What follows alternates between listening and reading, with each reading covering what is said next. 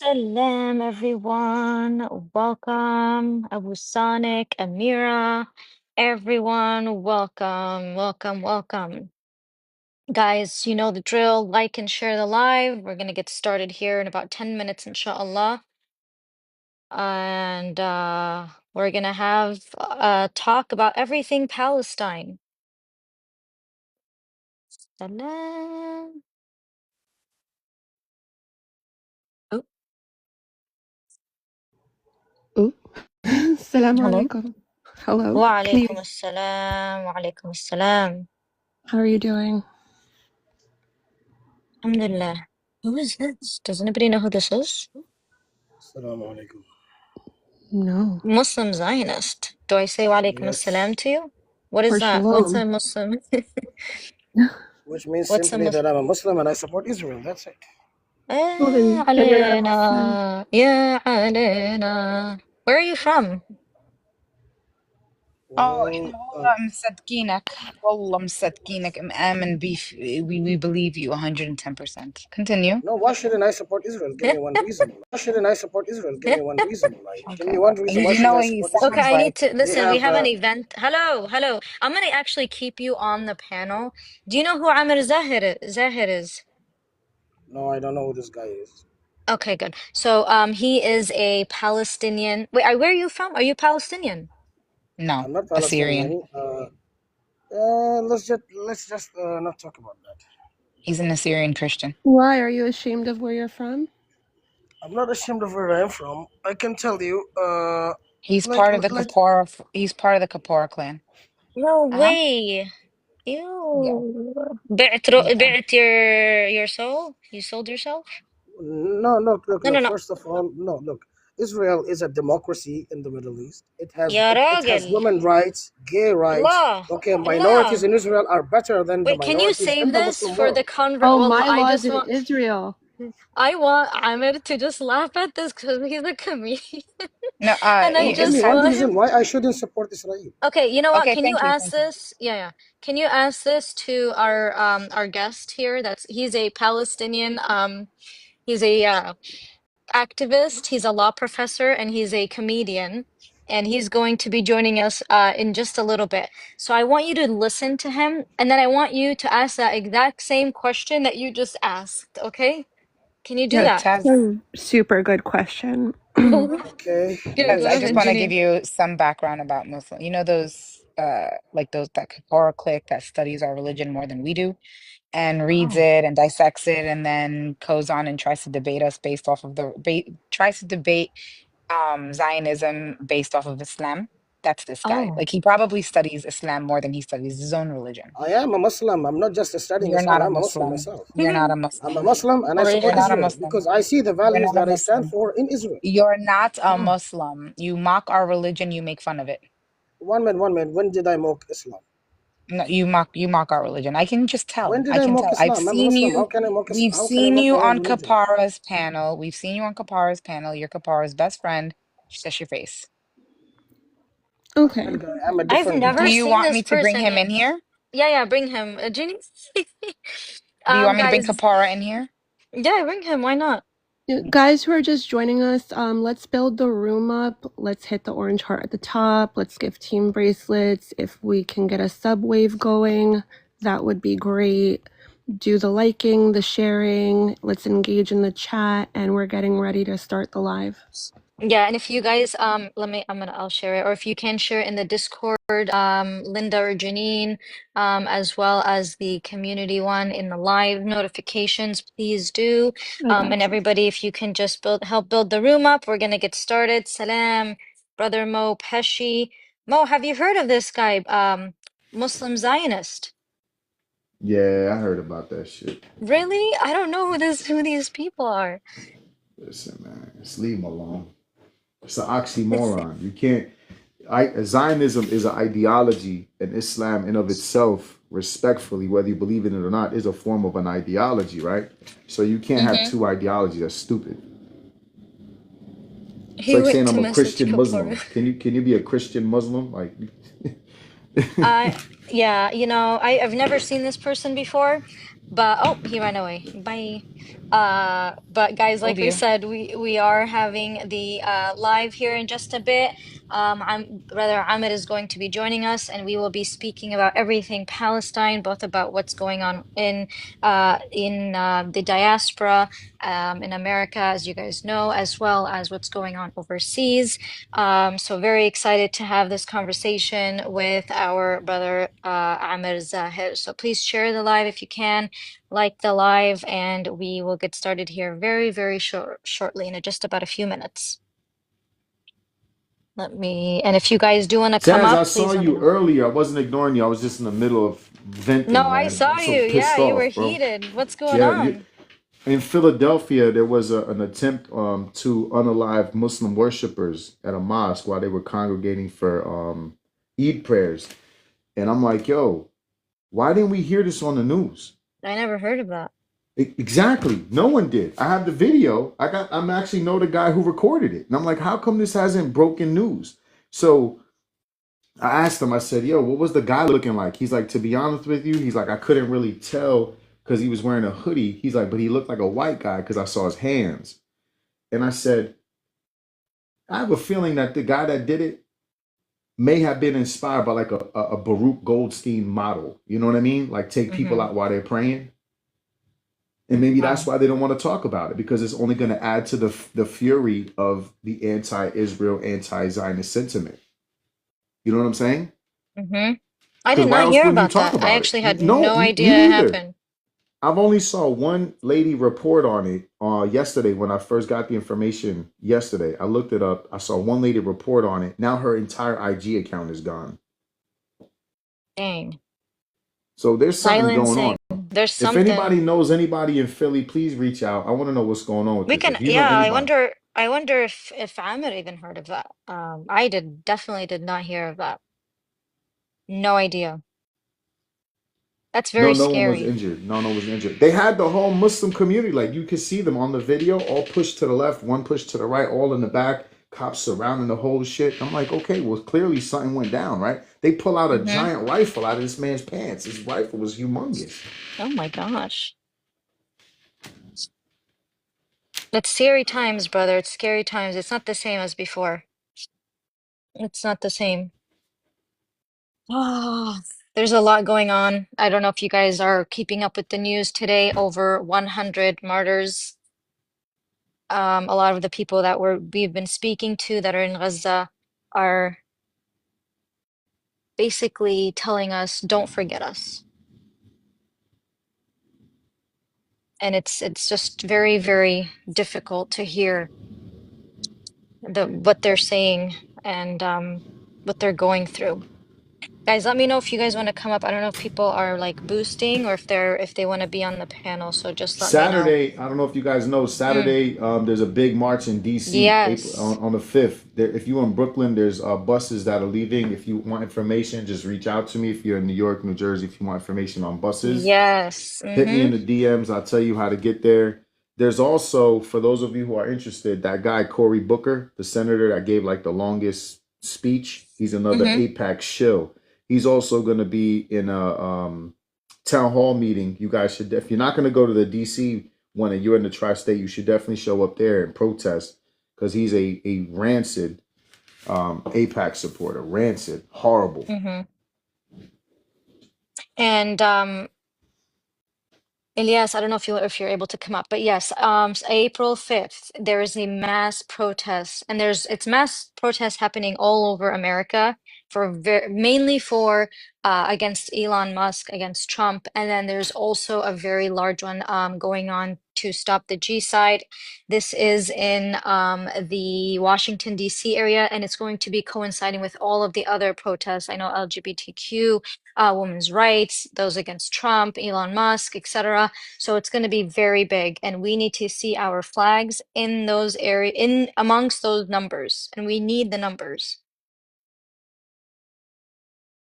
It is very important that we have numbers. So yes, please reach out to Brother Mo. There's a lot of buses leaving from different areas in the East Coast: Dearborn, Michigan, Tampa, Florida, North Carolina, Ohio, Boston. So please, please reach out to Brother Mopeshi here on the panel as well. We will be streaming it live from this platform if you guys, for as long as we're able to. So if you guys do want to watch it, we will be having it live here, inshallah, as well.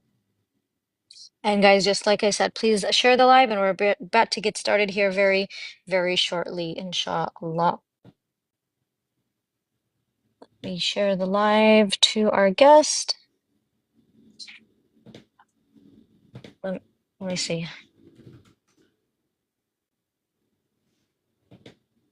Yes. Hello. Yeah, what's up? Yeah. Is there anything that you need to say? Yeah, I have only one question. I'm very confused with Mr. Mo from Brooklyn. His name is Si Muhammad. Why he changed his name to Mo? My name is Moshe. I told you this shit a million times. No. Your name is Muhammad. We know you. My name you is change it? Moshe. My name is Moshe Ben Yehuda. But why you change your name? Seriously. Why you Because Mo? Why not I'm a Muhammad? Jew. I'm Jewish, bro. You're I'm embarrassed chosen. with the Muhammad name? What do you think? It's the Proud Boys Club? Nobody can join? I'm a Jew. I'm better. I'm No, more but Jew than why you. you embarrassed with your Muhammad Bro, name? my name is Moshe Ben Yehuda. What Come do you on. want me to do? You want me to eat Come on. matzah and fucking pray in front of you? What do you want me to do? Come on. Why your name is Si Muhammad? Why you My change name your is name? Moshe Ben Yehuda, bro. Yeah, Moshe. You wish to be a Moshe. You will never be a Who, Moshe. who's this Maze. guy? Hello? Can you guys hear me? Who's Can you this guys guy? hear me? Salam. Who's this guy? Wait, Shalom. can you guys? Great. Hello? Can you Mashmomcha, hear me? Maininim. Ma, Mashtam Can you Shali. guys hear me? Linda? Yeah. How are you Yes, I doing, can Yeah. hear you. Batava Linda? Evrit? Who's Ken or this lo? guy? Yerushalayim. How are you doing, Mike. Linda? Who's Mike? Who are these people? Are you here to talk to our guest? I'm here to inquire what's going on. Who's this guy? He's calling himself Jewish. My name is the Zafran? Messiah. When you Oh, address me, Mo. you call me Mashiach. I'm Is your he trolling Messiah. or is he being serious? I don't I'm get your it. Messiah. I'm here to purify the world. Are you really? Yes. Yerushalayim. Your name is Mike? No. I'm actual Hebrew. The actual Oh, Hebrew. you're actually Transfer? Hebrew. Oh, wow. Welcome. Salam. Who are all these people? Why is everybody wanting to all the كل الصهاينة بدهم يطلعوا اليوم مش عارفة ليش. عشاني بحبونيش. Who's Lewis? Hello? Hello, can you guys hear me? Because I didn't load in properly. Yeah, we can hear you. Who are Hi. these people? Hi. Who are you? Oh, I came up to very quickly share a story that hasn't really got out yet. If it's okay. What is it Okay. relating to? It's about a Palestinian 17-year-old who's been starved to death in Israeli prison. The one that he's the Yes. youngest one to die he's a detainee. He wasn't charged, by the way. Yeah, so because the first story came out where he was unalived, and they kind of didn't know why, but Israel have released the autopsy, and Haaretz posted 8 hours ago. It's the only outlet that's reported on it. So Walid Ahmed, 17, unalived in Israeli prison last week. His autopsy showed severe muscle loss, colitis, and scabies. And then it says the autopsy of the Palestinian miner who unalived in the Megiddo prison last week revealed signs of starvation and medical neglect, with the report noting severe muscle and fat loss as well as colitis and scabies. Before he went in, his family said he was healthy, athletic, and had no pre-existing medical conditions. Yes. I'm just making sure the story's out there. I'm going to do a video about it in the morning, but it's late here. Okay. Yeah, there's a lot going on, but yeah, this isn't very viral. You guys notice that? Not a lot of people are speaking about that. Chris Kunzler did a video on it 2 days ago. If you guys know Chris. Yes. The British guy who gets very angry on camera. But I just messaged him on WhatsApp because he hadn't seen it and he's going to do a video about it in the morning. So at least one of the bigger creators will be doing one. But I'm just trying to make sure because people just haven't seen the story and it came out 8 hours ago. Nobody's posted about it. So it's just not because there's so much going on in the world today. I think it might have just been missed. And I just want to make sure the story doesn't get missed. It was posted prior, but the updates regarding his autopsy were posted yesterday. They're in the Discord, Taz. Oh really? I didn't see anybody else report on it. I only saw Haaretz do it like 8 hours ago. I can't find it published anywhere else. Yeah. There's a lot. There's a lot happening, and I think this is going to be in the next few days. There's a lot that's going to be shaping whatever is left of this future. But there is a lot happening. A lot of tables are turning. And any day, every single day, something is there's significant change. You guys know Israel has reoccupied the Rafah area in the Gaza Strip and has completely cut it off from all of the rest of Gaza. And by the way, our guest will be here in 5 minutes, inshallah. So just keep liking and sharing the live, and we'll get started very, very soon. But yeah, and Linda, you know a lot of the updates as well. But like I was telling everybody that over 100 have been unalived just today, over 100. Yeah, over 100 unalived, 138 injured, and almost 1,200 since March 18th, since the renewal of this G-side, have been unalived. The majority of them, of course, being children. Did you all see the massacres from the schools today? Yep. People are And collecting. they unalived the mayor. The former mayor of Beit Hanun. Yeah. Was unalived in Al Akram booming. Sorry. So I don't know if you guys saw 7th was a the bad report as idea. well. Maybe October 7 was a bad idea to do, don't you think? Can I ask you where you're from, Muslim Zionist? Well, I don't want to tell you that. No, you have Indian. He's Indian from Qatar. Indian from Qatar.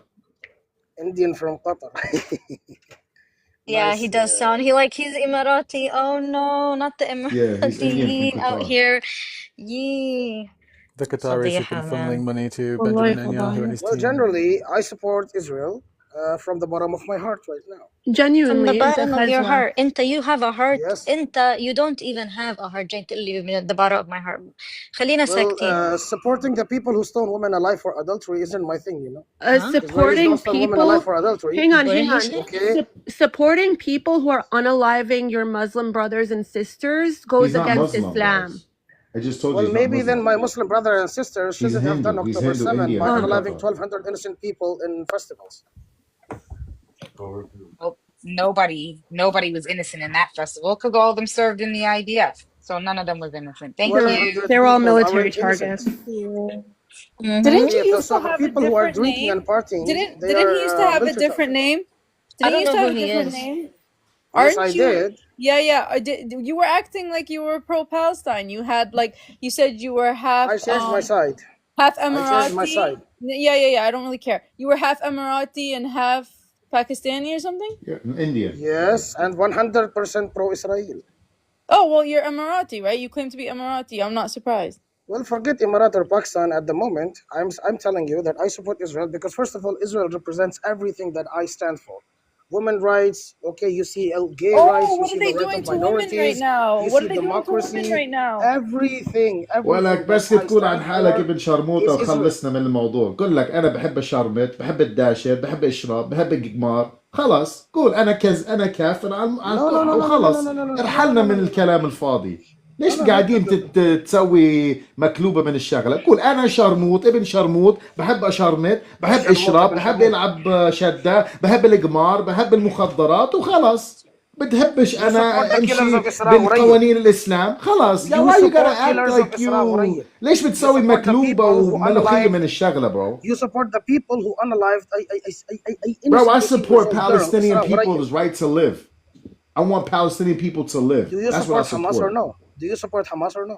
Bro, I support Palestinian people, period. Hamas Full unalived stop, countless period. women by stoning, by unalived men, just in the name of adultery. Okay. Stoning. Bro, that's because that's what happened to your mother. Don't mean it happened to our family. Where did this اللي stoning بصير في happen? امك ولا بصير في اختك ولا بصير في بنت عمك وبنت خالك ما بصير عنا. You have a problem with your identity, bro. Israelis didn't unalive women by stoning them alive, but Yes, Iranians they're and you doing guys it right did. now, stupid. They're doing it right now. They're doing it with missiles. What's the point? Who started the war by October 7? Who started? Israel's existence started. Are you Israel's stupid? existence. You think First of this all, happened these people October the suffer. 7th? You think this happened October the 7th? It all started in October So the 7th. this for October the you 7th happened was the October the starting. 7th. Was the starting point. Adam and Eve were created on October the 6th, and that's what happened October the 7th. Oh, really? ولكن So انت you think that حمار ولا Israel بس as a whole existing انت is a حمار sin? جاي تهاند تقردن مع مين انت يعني you bored.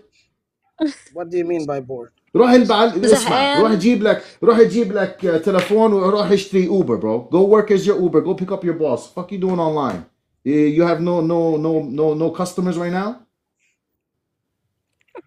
Is that You why don't you want to here? answer You have my no questions. customers? You don't Slow want to day answer at my the questions. airport? What's happening in Gaza right now is Oh horrible. my God, You bro. guys are the ones who started that. Hamas is the one that Bro, started that. you've been saying the Israelis same didn't. shit since I met you 2 years ago in September. 2 years Dang, ago that's I how met long your he's dumb been ass. on this. He's been here for 2 years? For Bro, for years. 2 years this guy been saying the You same don't want shit. to He answer? was embarrassed to even say You don't that want to he's answer? Indian. He tried to act like he was Muslim. He's not even Muslim. He admitted he wasn't Muslim. Now he forgets what he Wallah admits. al-Azim, I'm Guys, we're Muslim. about to والله start in العظيم 3 أنك minutes. Wallah Calm al-Azim, down. كافر. Muslim. كافر. Well, like a Well, Christian, honestly, a Jewish is more Muslim than you, bro. Get out of here. So Muslims who support terrorism of Hamas and terrorism of Iran, the country that unalived like Muslims innocent should girls, support by justice. stoning her alive, Listen. stoning her alive. Mute this guy. This is the real Muslim for Mute you. this guy. Mute this guy. Mute this yalla, guy. yalla. Let me make this statement very clear. It's not about a group. I don't have any allegiance to a group, period. I have zero allegiance to a group. You know why?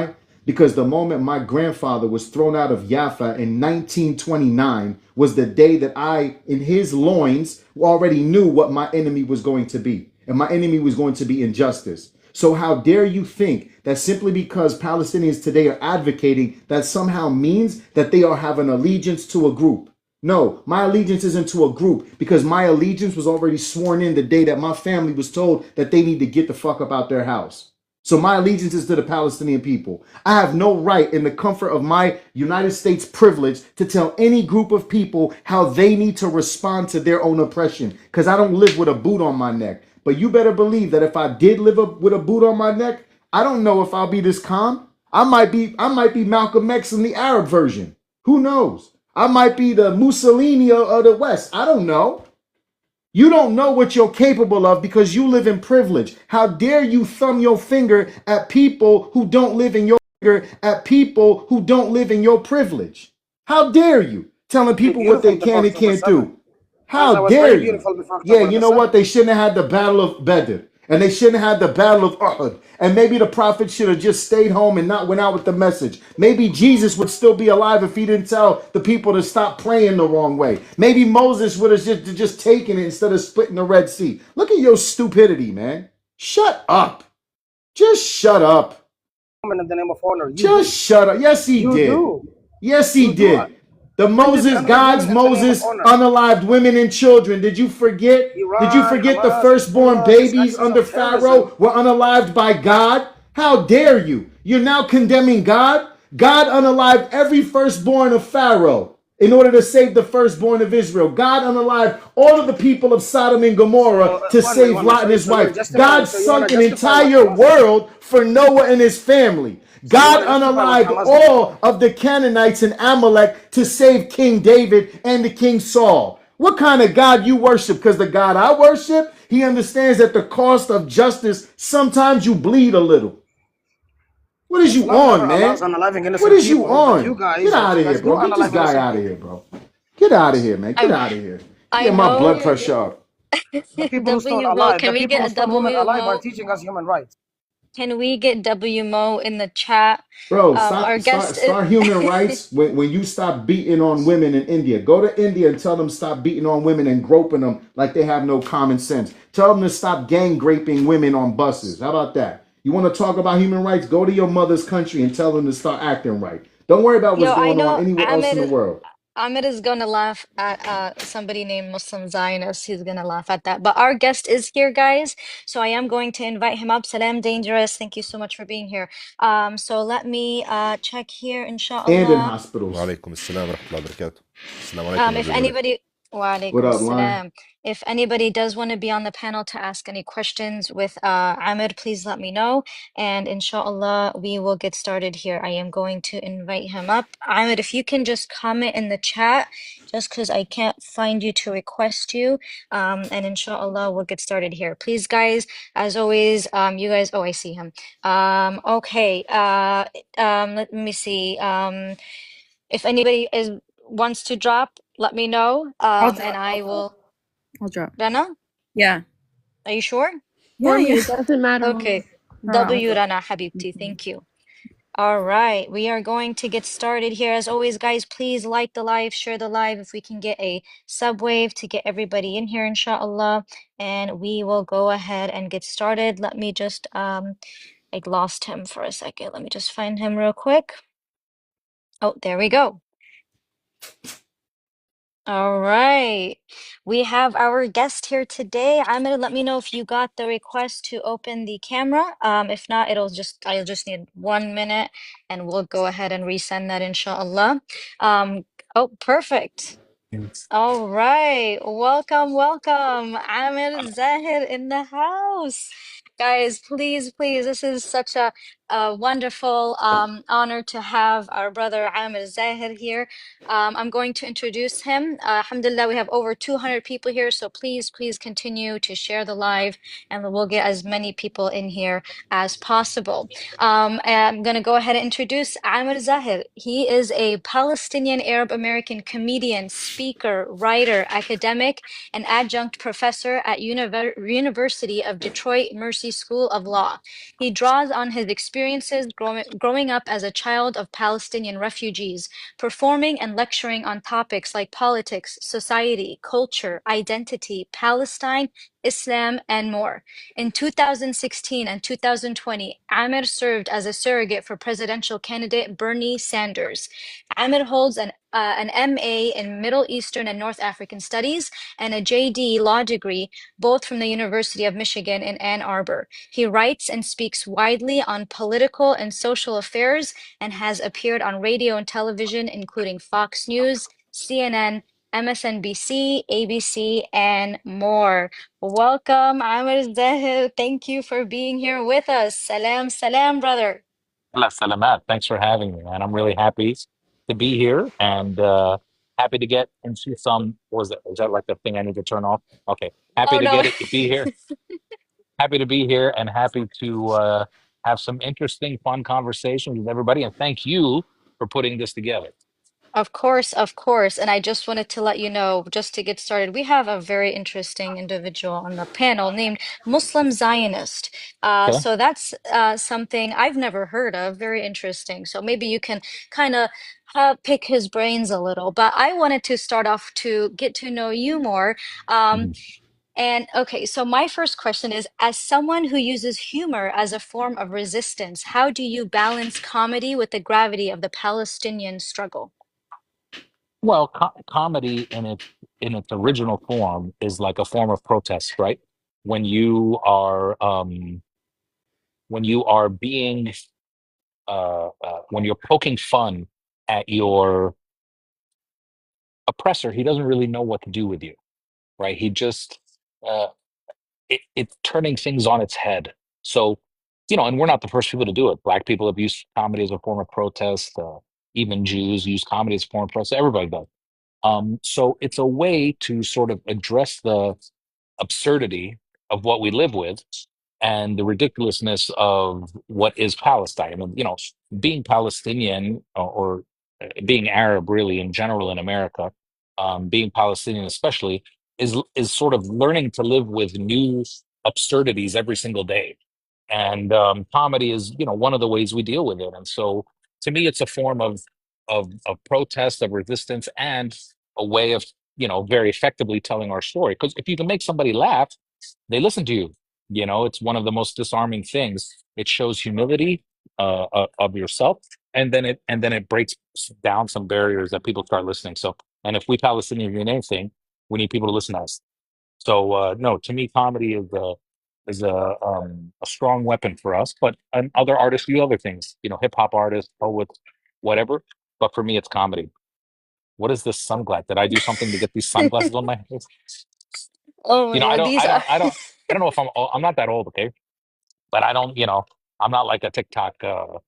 So, tell me if I'm supposed to turn something these off are or turn no, it these on. are gifts of love and appreciation. So, Oh, okay. All right. and Okay. it's In from that your case, I'll take it. bestie, Rob. I don't know if you know her, but she does want to come up later, inshallah. Okay. Um, but Rabia, Rabia. Rabia. Okay. Linda's sister. Oh, of course. An Abby? Okay. And so what my question, it's kind of coincides with the previous question, but what role do you think satire and comedy play in changing Western perceptions of Palestine? Um, well, I mean, first, I don't believe in terms like Western and Eastern. These are made up terms that they use to break up the world. We're not Eastern or Middle Eastern. Um, but look, I mean, again, humor is a way to sort of de-weaponize your oppressor, right? Your oppressor doesn't know what to do with you when you laugh at him. He knows what to do with you when you fight him, when you scream, when you use, and not that we don't have the right to do all those other things, of course we do. But humor is just a different kind of weapon that lets us sort of disarm both the audience and the oppressor. They don't know what to do with you when you laugh at them. And the truth is, comedy again is about pointing out the absurd and the ridiculousness. And for Palestinians, that's what we live with all the time. So to me, being Palestinian and using comedy is it's very natural. Some people think that it would be a weird combo. It's not. It's very, very natural as far as I'm concerned. And has there ever been a joke you hesitated to tell because of the political climate? And how do you decide what to push the limits on? No, a comedian is supposed to. So to me, you know, comedy should it it's okay to make people uncomfortable. I'm never looking to offend because being offensive to me is not comedy, but you want to push people to a boundary where they start to feel uncomfortable but can still sort of be part of the experience and laugh. You want to push people's brains and emotions to maybe places that they weren't expecting to go. But that doesn't mean you're trying to offend people. Some people think, you know, comedy is about offending people or comedians should be allowed to offend whatever. I don't believe that. I believe that you do want to push people. Making people a little uncomfortable is the point. But in a way that is still creative. That's the whole art. Anybody can be offensive, right? But how do you push people to be a little uncomfortable but still be with you on the journey? To me, that's the art of stand-up comedy. Okay, and so many people argue, and this is the about the election. I know you were part of, pushing for Jill Stein. So Yeah. many people argue now that like the Palestinians and pro-Palestinians who didn't vote for Kamala Harris because they voted for a third party gave Trump the win. We hear a lot of this is what you get, this is what you basically voted for by not voting for Kamala when it comes to what the Trump administration is doing in Palestine right now. How would you Mhm. respond to that? Well, we did give Trump the win, and we should take credit for that. And many people did vote for Trump, and that's okay too. Look, the Democrats, I've been a Democrat my whole life. I've only ever voted for Democrats. But the Democrats created the situation, not us. We begged them for a year to change their policy, and our price was not that high, right? It was like stop funding this genocide. Say that you might consider an arms embargo against Israel. That's what we asked for Kamala Harris. And meanwhile, Trump was coming into Dearborn, kissing babies, and going into our communities. And Kamala Harris didn't even walk into our communities. So Mm. we didn't create the situation; they did. And so at the end of the day, we saw a sort of a historic opportunity to show our power as a political entity. Because look, if we voted for Harris and the Democratic Party in the presidential election, after they did everything that they did, then that would have meant that while we were complaining for a year that genocide was not a red line for them, then that would have meant it wasn't a red line for us either. I mean, if if you were the Democrats and we still voted for you, you would have had to think you could do anything to us and we would still vote for you. So there had to be a line, right? The death of the children of Gaza had to mean something. And the Democrats can yell and scream about it, but they better understand what happened. If they don't, it'll happen again. And yeah, that means we got Trump, we got the orange guy, whatever. We'll deal with him. We've been dealing with our Arab parents for like 50 years. We can deal with Trump for 4 more years. And and look, I've always said that I think Trump is going to liberate Palestine by accident because he just lays everything out there, and he might cause a lot of the world to turn against America and Israel, which we already see kind of happening, right? Europe is Mm-hmm. saying that they don't want to be with America anymore. Whenever countries start saying they don't want to be with America anymore, that's also bad for Israel, right? And so um, I think that this could all end up being good. And let's be clear. I mean, I don't like Trump. I think he's like illiterate and a con man and a liar, an idiot, and all that kind of stuff. But the ceasefire back in January did happen because of him, and it wouldn't have happened if Harris got elected. And so now of course the war has returned, which is terrible, and we have to keep fighting against that. But what was the alternative? To vote for Harris, and the war would have gone on, and we would have lost our dignity. We would have said, you can do anything to us, and we will still vote for you. We couldn't let that be the case. And I held a town hall meeting in Palestine in August, and I posted a couple clips of it on my Instagram.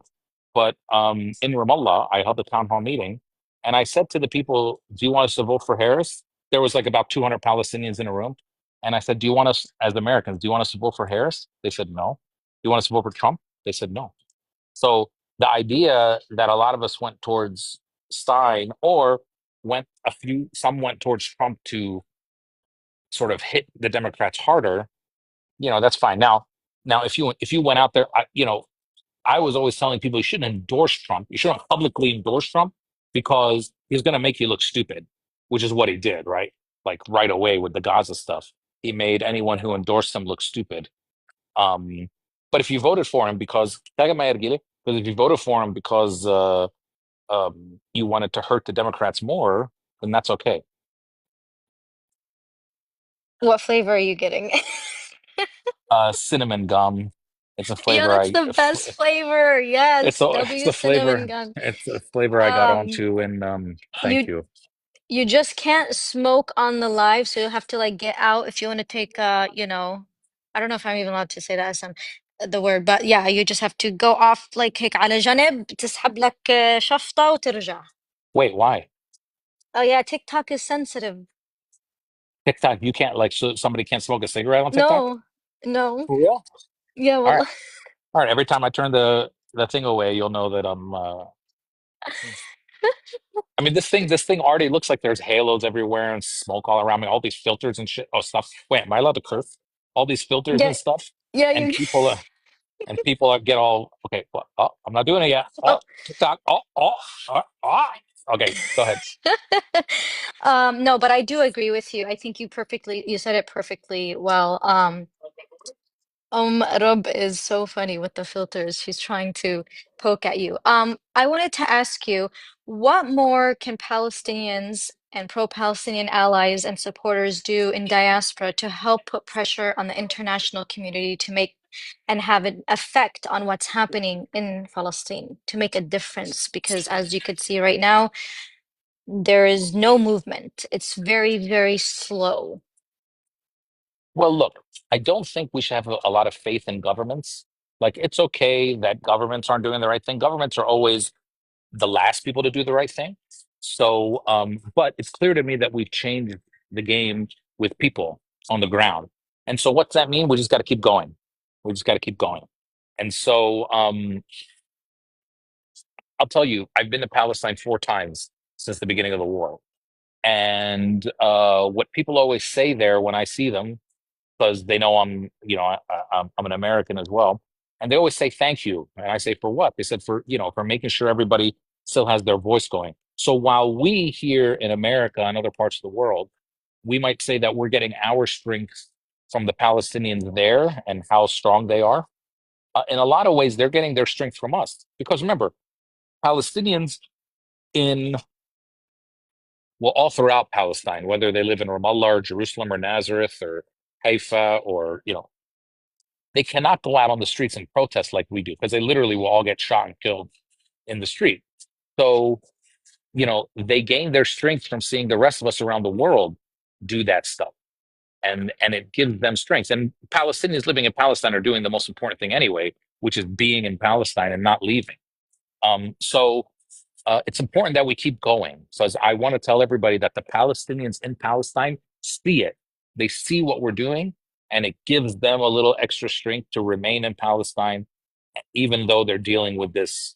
The occupation is very violent, but also the occupation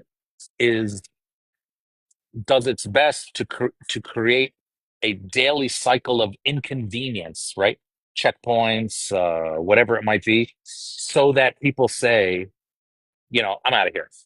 I don't want to live here anymore.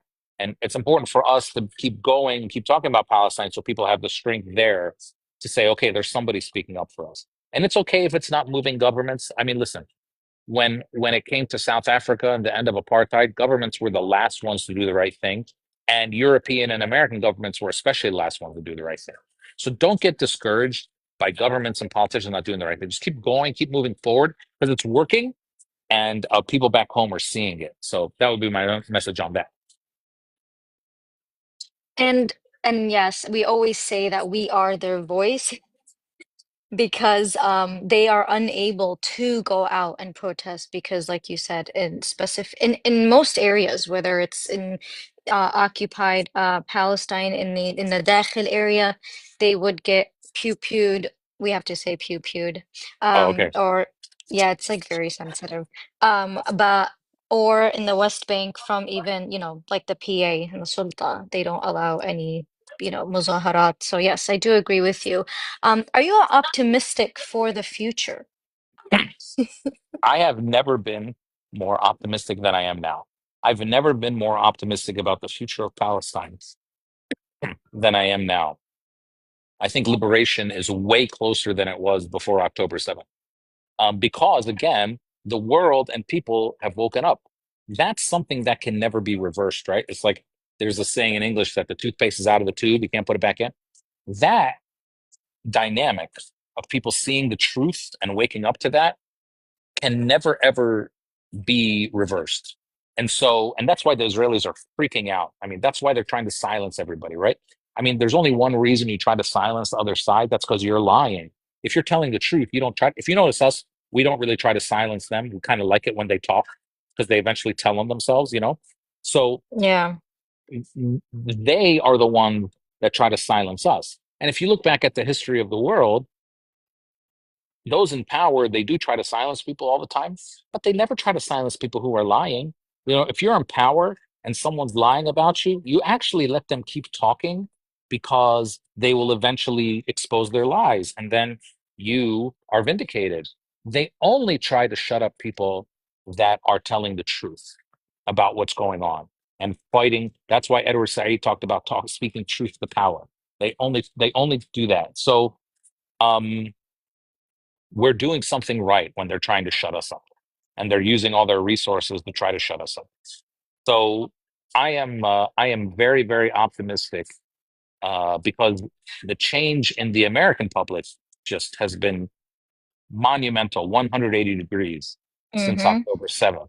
I mean, a month after October 7th, if you would have told me that October 7th would happen and 1,000 Israelis would die, okay, half of them from Israel, fine, but still 1,000 Israelis would die, and they would tell all the lies they told about us, about you don't want me to say certain words, but anyway, all the lies they would Oh, tell you about us. can, it's okay. You can tell, you can say it. We'll just have to protect, guys, please make sure you protect the life. But go ahead, you're free to speak however Okay, you want. all the lies they would tell about rapes and beheaded babies and all that kind of stuff.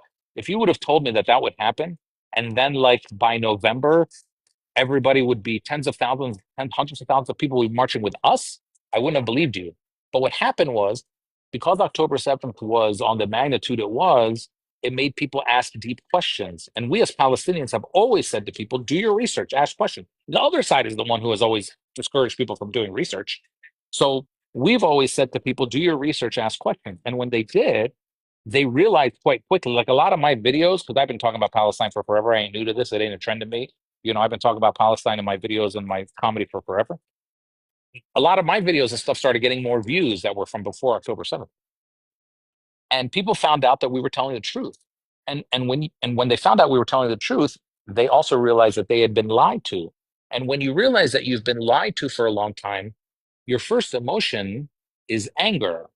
And anger is what brought them in the streets with us, not sympathy. Nobody came and marched with us out of sympathy. They came and marched out of anger about what their government was doing and how their government had lied for such a long time about it.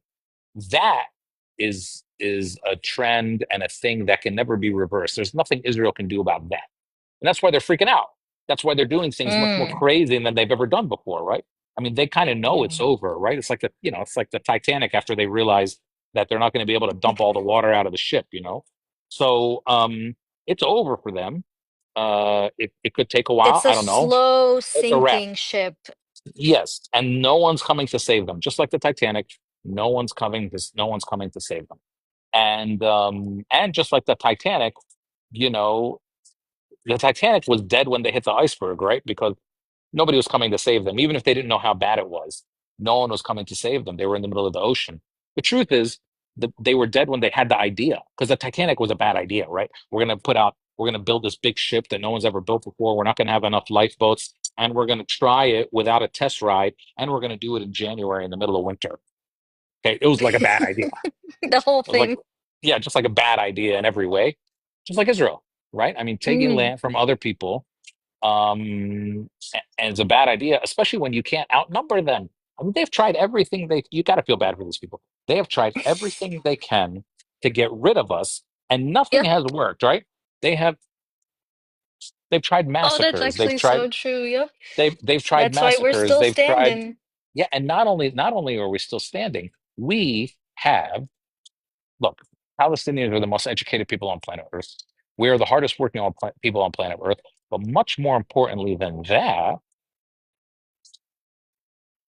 Not the we are, educated guy. we are, much more importantly, we are the most reproductive people on planet And Earth. they get We mad have, about that, by the way. we have more babies than anybody else. Our birth rate has been triple the global birth rate since 1948. In the 1960s and 70s, they did a study on us and found out that the Palestinian birth rate was, ready for this, 8 children per woman. 8 MashaAllah. children per woman. Okay. And we love each other very much. And so, you know, you can't recover from that if you're the Israelis. I mean, look, 2,000 years ago in Palestine, I don't know if you know this, but 2,000 years ago in Palestine, a woman got pregnant and nobody touched her. So what? Mm. So what do you think is going to happen Mm-hmm. when we start touching each other? You know, when we start touching each other, we're going to have a lot of babies. You know, so it's a wrap for them. They can't Oh get rid my of us. gosh. And like I say in my shows, they drop bombs, we drop babies, and That's right. we will And outwork they're mad them. about it, by the way, Amr. Well, They're well, mad. well, Like they're so mad. Look how many babies you guys, oh, you guys know how to, they actually, like, we hear them. So I don't know if you're aware, like we actually hear, Zionists speaking on this platform, and it's everything that you're saying is 100% true, but that is something that we have heard and they're mad about it. well, it's not our fault they don't like each other. I mean, if they liked each other and they wanted to have more babies, they could. But we just love each other. We're fly. We're hot. We have a lot of babies with each other. And hey, if they don't like that, hey, they could do it. But they didn't. We did it. And they can never. We will outwork them. We will outsmart them, and we will out them if necessary. And we have been doing that for 75 years, and we'll keep going. So they're complaining because they know they're losing. I would be, listen, I would be really depressed and upset if I was them too. I mean, it must be hard to be as a, for the Zionists that are here. Listen, I feel for you. Okay, it's hard, it's difficult. It must be really hard. First of all, to try to like come up with new lies every day, and that's why APEC needs $100 million, right? Because it costs a lot of money to tell lies, and it costs a lot of money to convince people of your lies. It doesn't cost that much money to tell the truth, right? It costs a lot of money to tell lies, and so they got to come up with new lies and new arguments and blah blah blah, and then that's why for us it's kind of easy, right? We're just telling the truth. We're just telling you what our grandmothers told us. It's not complicated. But I feel bad for them, man. They know they're losing and they don't know what to do about it. And so they try to turn everything, whether they try to turn it into, religion, or they try to turn it into whatever. Um, they've tried everything. And everything they've ever tried was simply to get rid of us. And it hasn't worked, right? Even inside Jerusalem, everyone says the old city of Jerusalem is sort of like I don't know, like the Janet, like Melting pot. no, it's like the symbol, the clear symbol of the problem. And they've Mm, occupied the old city of Jerusalem for what, almost 50 years now. mm-hmm. And sorry, almost 60 years now. And even after everything they've done and everything they've tried to do, the population of the old city of Jerusalem is still 90% Palestinian. Still, after all this time. And people go to Palestine and they see all the Israeli flags and they get upset. And I always tell them, listen, yeah, you don't see a lot of Palestinian flags because we don't need flag. Like, those flags are for them to remind themselves that they belong there. Flags are not for Mm-hmm. us. When Mm-hmm. you're from there, you don't need to put a flag everywhere. You're not even allowed Um, to, right? You're not allowed to, and you know you're not that you're you're not not you're not allowed. allowed to. But even when you're in like Palestinian cities like Ramallah, or places that are Area A, fully controlled, but you don't see a million flags everywhere because you don't need. If you're from there, you don't need to put a flag up all the. They're the ones that put flags up. All flags are for people who are. It's like America. When somebody wants to show they're American, what do? Put up a flag. Raise the flag. I'm from here. You're not from here, bro. All right. I mean, like, the biggest lie that Americans have ever told. This is why America gets along with Israel very well. They're basically the same country historically. Mm-hmm. But, and Americans white people try to do this whole thing. We're all immigrants. This is the country of immigrants. No, it's not, bro. You were not immigrants. The first white people were not immigrants. They were illegal invaders, and they killed and genocided and enslaved. That's not. We're all immigrants. Immigrants came later, and then you tried to stop them from coming. So I mean, Mm-hmm. it is the Israelis are on a path of destruction and probably Destruction. self-destruction Oh yeah, because look, I mean, 100%. this thing doesn't work. It just doesn't work, and so they're in big, big trouble. Big, big, big trouble. Yeah. Yeah. Are we going to talk Thank to you. any of the other people too? Oh, Yeah, okay. we are. We got a lot. We can either go right away, or I was just gonna have you. I was gonna ask you. You're from. If you could just let people know, you're from the Nasra, Yeah. and I'm from Yafa. Nazareth. I'm from Nazareth, Nasra Akka Yafa. So Wow, Nasra, so Akko, cities. Yafa. And Yeah. if you could just real quick, and then I'm gonna pass it on to the panelists. There's a few Zionists that do want to come up. We have Muslim Zionists here as well. Oh yeah, Um, bring them first. Let's get them out of the we, way. All right, Khalas, yalla, let's go. Muslim Zionist, you're first. You came, I've never spoken to this man, but he's apparently known here on the TikTok. Muslim Zionist, what is it that you wanted to ask earlier on? You can go ahead and say, can you Well, describe for yourself? me, How are you a Muslim Zionist? because first of all, look, for me, I see Hold on, we all can't hear you. values. Can you hear me now? Yes. So first of all the values that I stand for example, the right of minorities, the right of the gay people, the right of the women, and etc., Okay, no. democracy, liberalism, all No, of no, no, that we exists can't in hear. It's Israel. like But in very Muslim low. Can you nations, higher your voice شوية؟ مش uh, عارفة انت وين can من وين you بتحكي. can you Okay, hear me this is now? better. Yeah, Look, go ahead. first of all, look, for me, when I support Israel, I see shared values. The values that I cherish, the values that I support, I see the same values in Israel. Look, when we speak about the right of women, the right of the gay people, the right of minorities, the right of minorities, for example, democracy, liberalism, all of that, I see that in Israel. But in Muslim nations, all we see, for example, what happened to Thuraya Manuchehri. in Iran. She was stoned alive, and there is a movie and there Okay, is a can you movie to what happened to her. just I don't second, just support second, such people. Just just second. This is what they try to do sometimes. This like filibustering and talking about like not what we're talking about. Again, this attempt to always try to turn it into a religious thing or this Western versus Eastern values type stuff. I mean, it's really ridiculous. If you don't see the quite clearly what Israel has done to and I don't know your name and I don't know why you're afraid to put up your face if you think you're speaking the truth and all that kind of stuff, but whatever.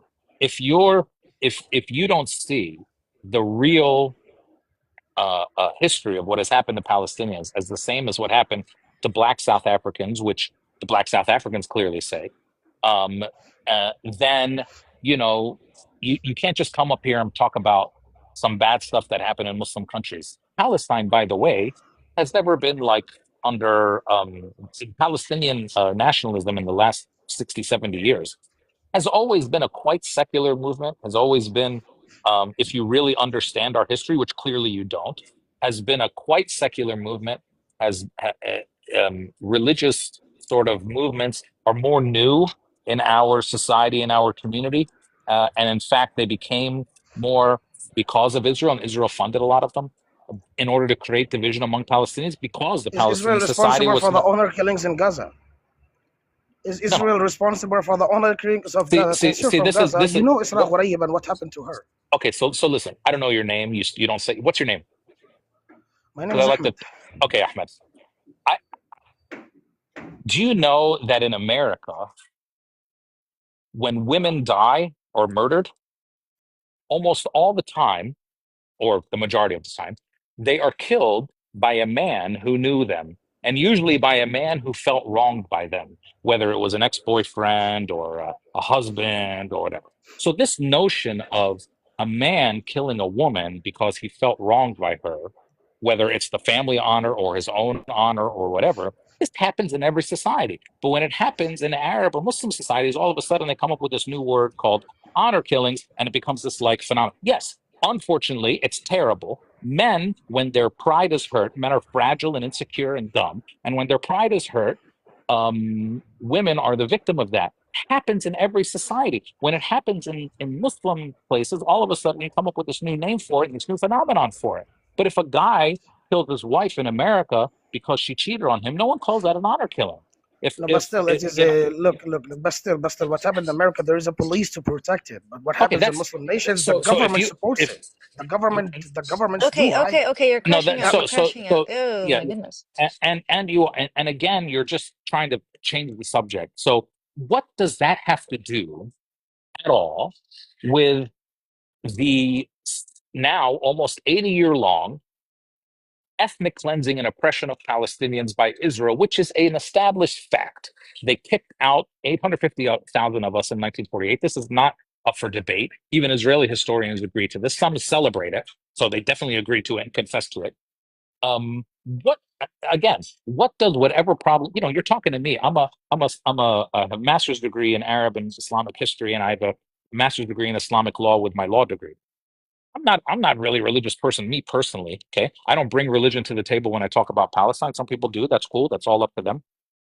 But I didn't say one word about religion. And all of a sudden, you're bringing up religion and honor killings in this conversation with me, which means you are obsessed with that for whatever reason. Whatever, go write a book about it.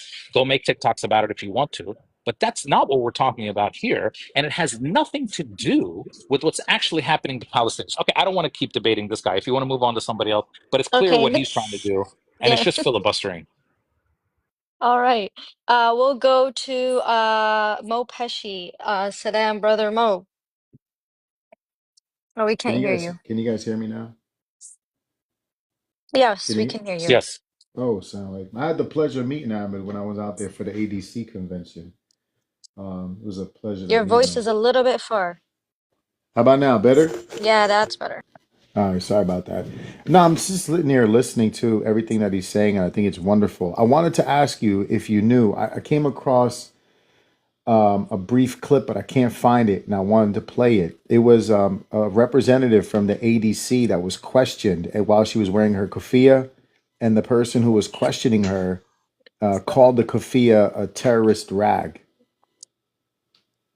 So where she that was, said, I think that was at like I don't think it was in Congress. It was a city council meeting, maybe like couple weeks ago in Florida, and there was this really jerk representative there named Randy Fine, and he called it a terrorist rag. I mean, yeah, this is no, what not they the do to us. gentleman. This was a woman. This was a woman that was wearing her keffiyeh. It was an elderly Yeah, yeah, woman. yeah. She's a heavy, Yeah, heavy she was set woman. yeah. I mean, I'm not surprised at any of this stuff. Yeah, it happens all the time. So I just I mean, wanted to say that, this is what they do. I mean, go ahead. Do you remember her right, name? I was yes. trying to look it up. So, Oh no, I don't remember her name. I'm sorry. Okay. Yeah. And then okay, thank you, Mo. Let me see this guy, Marco. Go ahead, I unmuted you, Marco. I Wait, don't. am I allowed to have like my hand in the shot? As long as like this is not in the shot, it's okay, Yeah, right? yeah, your hand is Okay. okay. All right, good. You're not at Mango's, right, are you? so the I'm topic 100% is, at I'm it's 100% at Mango's. Mango's is my office. Go great. ahead. Yeah, so it's Palestine, right? Yes. What? Yes. No, the topic is Palestine, right? Yeah, or the Yeah. topic is the stuff I was talking about. But yeah, go ahead. Right, yes. So this situation actually breaks my heart, and I've actually done a lot of research on this, and I feel like this situation is really, really, really heartbreaking. And the fact that there are 2 billion Muslims in the world that aren't doing anything for the Palestinians also breaks my heart. And I like to say, shame on the entire world, and shame on the so-called people that believe in human rights, that believe in equality of opportunity. Shame on people that believe in equality of people and equality of humans. Shame on the so-called feminists that say, that preach every day, preach to us about how much women matter, and how much women's lives matter. Shame on the international community for every day preaching to us about equality and all these values that they claim to hold. And so it's really sad to see the situation in Palestine. And first and foremost, I'd like to say shame on the international world and shame on the Muslim world, because it's it's horrible. It's horrible. And so-called Muslim countries and Muslim leaders that aren't coming in support, in fact, complicit in the genocide that is happening in Palestine. It's terrible. It's honestly very terrible. And Yeah. I Do you just have a question, brother? yeah, I just wanted to see if you had any questions. questions. Yeah. Yeah, this is no, No, this is no. this is like Yeah. but I appreciate everything you said, Yeah, and we I agree with appreciate Right, everything you, you brother. said. Thank you. But right. yeah, I'd like to have interaction with Yeah, people, but I thank you. appreciate you. Thank you. All right. Thank you, Marco. Yeah. All right, we'll go to Janine. By the way, before Hello, Janine starts, Janine. sorry, Janine, before you start. So Brooklyn, whatever, you're Mopeshi. Oh, Yeah. okay, I remember your face now. Okay, cool. All right. Because they said Mopeshi and I was looking at the screen, I didn't see it said Mopeshi, it said Brooklyn something. Okay, I remember your face now. All right, good to see you. Okay, sorry, go on. All right, go ahead. I just 1 second because my picture or something. Get to bed. I'm so sorry. Go to 1 bed. second. This is Tell invading. him to go to bed. Hello. Yeah, we can hear Sorry. you. Right. Oh, you heard me scream? Janine, was that your kid? No, Did you Tell hear your me kid. screaming? I just told you, no. I just heard you tell someone to go to bed. And you won't tell that kid, I said, go to bed. It's late. They should go to bed, especially if it's Eastern time. Yeah. Put them to bed. All right, go ahead, Janine. Yes. Okay, I just have a quick question. What do you have to say in regards to the claims of the rise in anti-Semitism? And for some of us, like myself, who am sick of being politically correct and am now, don't blame me for the rise in anti-Semitism. Don't blame me for saying Jews because your prime minister screams this is the only Jewish state in the world, that we're doing this for the Jewish people, and therefore I'm going to blame the Jews. What do you say to that? Yeah, I mean, look, so obviously we shouldn't blame the Jews for what Israel is doing. This is obviously illustrated by the fact that tens of thousands, maybe hundreds of thousands of Jews, especially in America, stand up for us. And they stand up for us in the way that they are stakeholders, right? I mean, if a country is speaking in your name, they're fighting back. And we're not talking about individuals, we're talking about entire organizations and movements, unlike what the Israelis are able to find, which is sometimes like one Palestinian or two Palestinians, not actual movements or organizations, whatever, that's fine. And not talented people, by the way. So um, we have to obviously create that demarcation, right? But we also have to reject the accusations of anti-Semitism. We've been doing this for a long time. You don't need to. We are the last people that need to be lectured about anti-Semitism, because anti-Semitism is one of the sort of elements of any racism is that you see all people of that group the same way. And we Palestinians, more than anybody else, understand the diversity of opinion that exists among Jewish people when it comes to Israel. Because we see the ones that march with us, we see the ones that kill us. We obviously don't think they're all the same. We invite people to our events to speak, and we see the ones who want to commit genocide against us. We obviously don't think all Jews are the same. So leveling accusations of anti-Semitism against us, especially Palestinians, is the most ridiculous thing ever. Because since 1948, we have seen that not all Jews are the same when it comes to Palestine.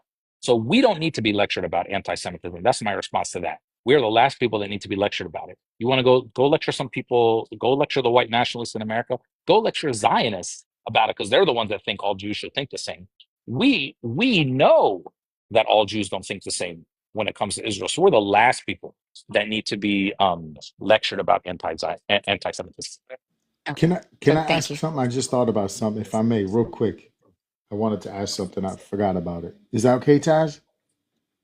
Yeah, go ahead. Thank you, Janine, if she was done. Janine, were you done Oh, with were your you done, question, or Janine? did My you want bad. to follow up, Janine? Just wanted to say, like, I myself personally am in agreement with you. I don't feel like I have a need to defend myself, because your soldiers come in marching, parading the Star of David. So if you have a problem with anti-Semitism, maybe take it up with them, not me. Yeah, but we also have to That's we also have to be careful not to let we have to be intellectual enough to not let Israel define what Judaism, which has a 3,000-year history, right? We have to be careful not to let Israel define what Judaism is, right? Mhm. That it's important for us to make that distinction, and then to comment on our own history, which is, first of all, we're probably the descendants of the ancient Israelites anyway. That's number one. Number two is that we don't need to be lectured on this. We have seen the diversity of opinion across the whole spectrum when it comes to Israel among Jews more than anyone else. We've seen it more clearly than anyone else has, more clearly than Jews have seen it. I mean, sometimes there's a lot of Zionist Jews in America who have never met an anti-Zionist Jew. Well, we've met every kind, right? Zionist, anti-Zionist, genocidal, solidarity. We don't need to be lectured about it. Absolutely. Thank you.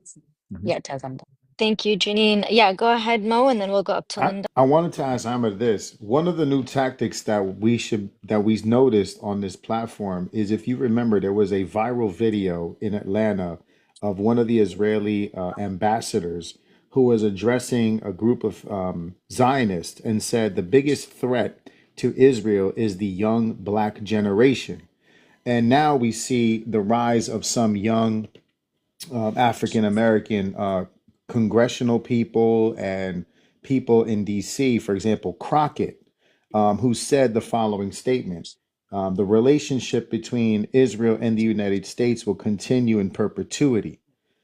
So now that she's also branded herself as a firebrand among some of the people in her constituency as, resistant to quote unquote white supremacy and being outspoken, how prepared are we? How prepared is the ADC to now deal with the fact that the new Zionist approach is using black and brown people and weaponizing them against us?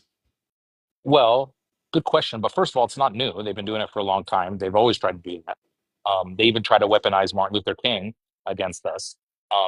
So this has been right. This has been a tactic for a long time, right? The first thing the racist says is, "I have black friends."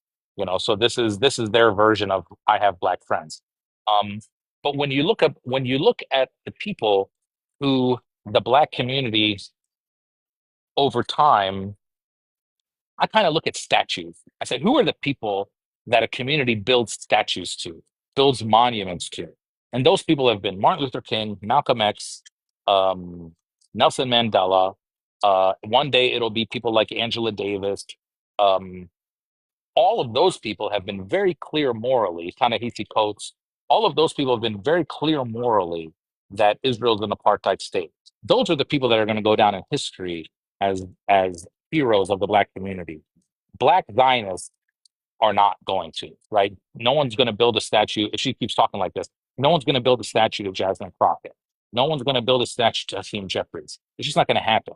So I never expect much from people in power because their only goal is to hold on to that power.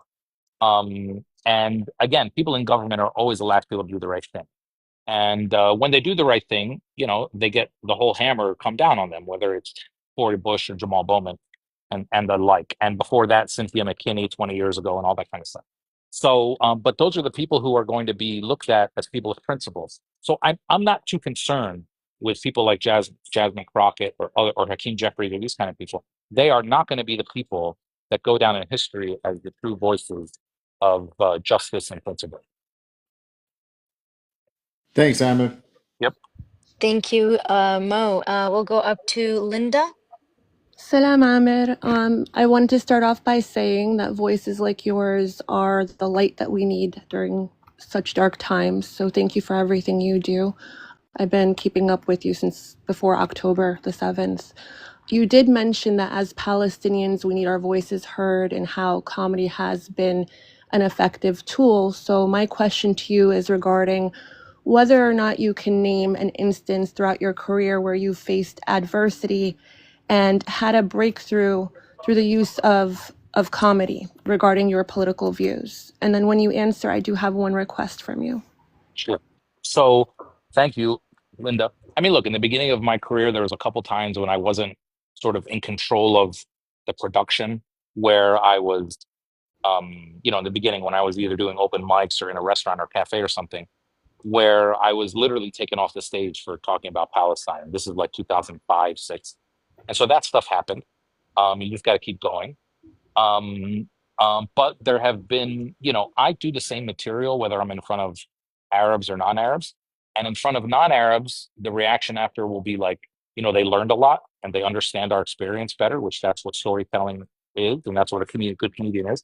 And then for those who are us, it's like a big group therapy session, right? Everyone is like connecting and feeling the same way and going through all the emotions. So, and that's what I try to do as an artist, is to create that feeling of either sending the message to people who need to hear it, or creating that sense of like community in a show. And so that's why my material basically stays the same, no matter who I'm in front of. I mean, if I'm in front of a lot of Arabs, I might tell a joke or two that has an Arabic punchline because I get it. But I'm just saying in general, 90% of the stuff stays the same. So, but I have seen over time how comedy, yes, can both create a sense of belonging for us, especially younger people. Like I've come across a lot of people who bring like their kids to my shows, and that's their first experience of seeing someone in a funny way and in a connective way tell our stories. And so they feel now more pride and more belonging. And then people who are coming because, they want to hear things that they've never heard before. So I've seen it work in all these different ways. So here's my request from you. Yeah. In your next routine, can you incorporate a bit about shatafas, please, on behalf of your people? Because the other side sees this as a threat for some reason. So W shatafas, L shatafalist They don't know how to behavior. shatif, that's They why. don't own them. That dude that was up on panel, guarantee he doesn't own one. So if you could incorporate that, we'd greatly appreciate it. Thank you. Yeah, no problem. I mean, to me, there's two kinds of people in the world. People think that toilet paper is for cleaning, and people that think that toilet paper is for drying. And for us, it's for drying.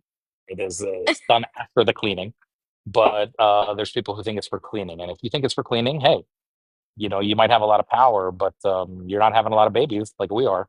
I mean, it's Satapa leads to much more love making, and it leads to much more babies. at least all that lingerie. Remember when the Israelis went into Gaza and they were surprised that they found a lot of lingerie and everything? You know, And I they was like, started I wearing wasn't it. surprised. Yeah, they started wearing it, which is weird. But they, first of all, they were surprised that they found it.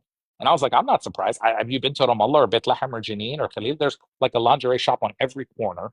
And it is usually owned by some old, bald, fat guy. And he's like Oh, waving people in. And he knows all his customers. And he brings this them is in like, so hey, come on true. in. Like, hey, come on in. We have the new stuff. We have like black, yellow, pink. We have with the feathers. We have the one you eat it. They have everything, and they're not ashamed. So like, for us, these like people getting together is not taboo. It's private, but it's not taboo. We were never surprised that our women wear lingerie for us, and they wear lingerie because, and we like it because and the shatafa has something to do with that too. I mean, when you're clean, when they know you're clean, you know everything can work out a lot better. A lot of 8 children per woman. You understand? 8 children. Let me say that 8. That means some were doing 11, some were doing 5. Okay, 8 was the Mashallah. average. Eight احكي ما شاء الله احكي ما children. شاء الله. Eight He said, children "Ahki per mashallah." woman. My parents had 4, and they felt like they were not doing their duty. Okay, 8 children per woman. All right.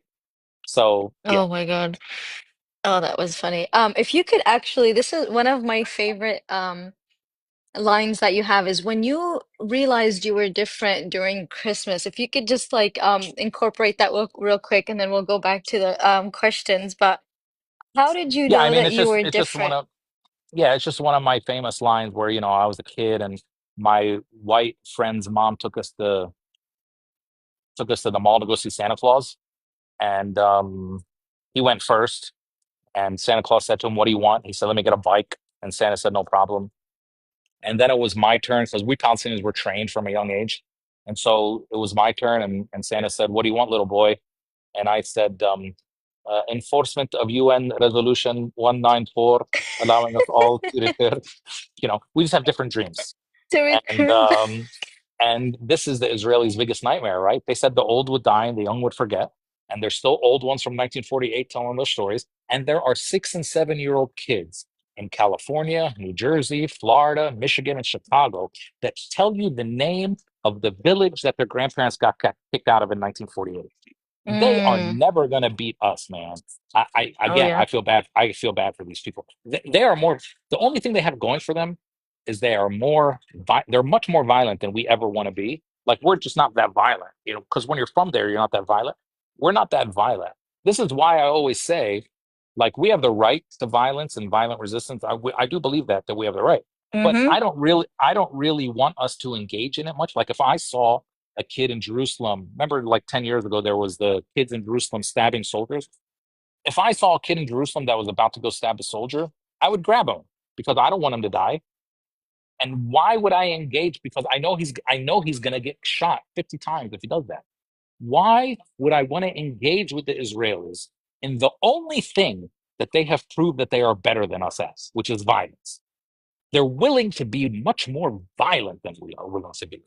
I would rather engage them in all the other ways that we can beat them, which is thought, intellect, art, love, speaking the truth, all the things that we are better than them at. I'd rather keep doing that. We have the right to resist violently, no question about it. Just like any other people would have the right to resist the theft of their land. But they've proved that they're willing to be way more violent than we're ever willing to be. We are not that violent. They are the violent ones. So, like if Mike Tyson came up to me and said, "Hey, we're going to have a contest for $1 million. Either we can box or have a spelling bee." I would like, okay, bro, I'd like to have a spelling bee with you. I don't want to box you. Let's go have a spelling bee. Okay. Why would I engage them in the only thing that they've proved That they that they are know. willing to do? That's the only thing they know. When you look at Mm-hmm. their industries, it's the only thing they're good at, right? Surveillance, weapons, spyware, all the shit that they Mm-hmm. practice on us is the only Yep. things that they're actually good at. They don't have a deep history of art. They don't have a deep history of No, simple things culture. like customer service. They're not good at that because they don't like people. Nobody likes them. So I mean, like why would I engage them in the only thing that they've proved that they're really good at?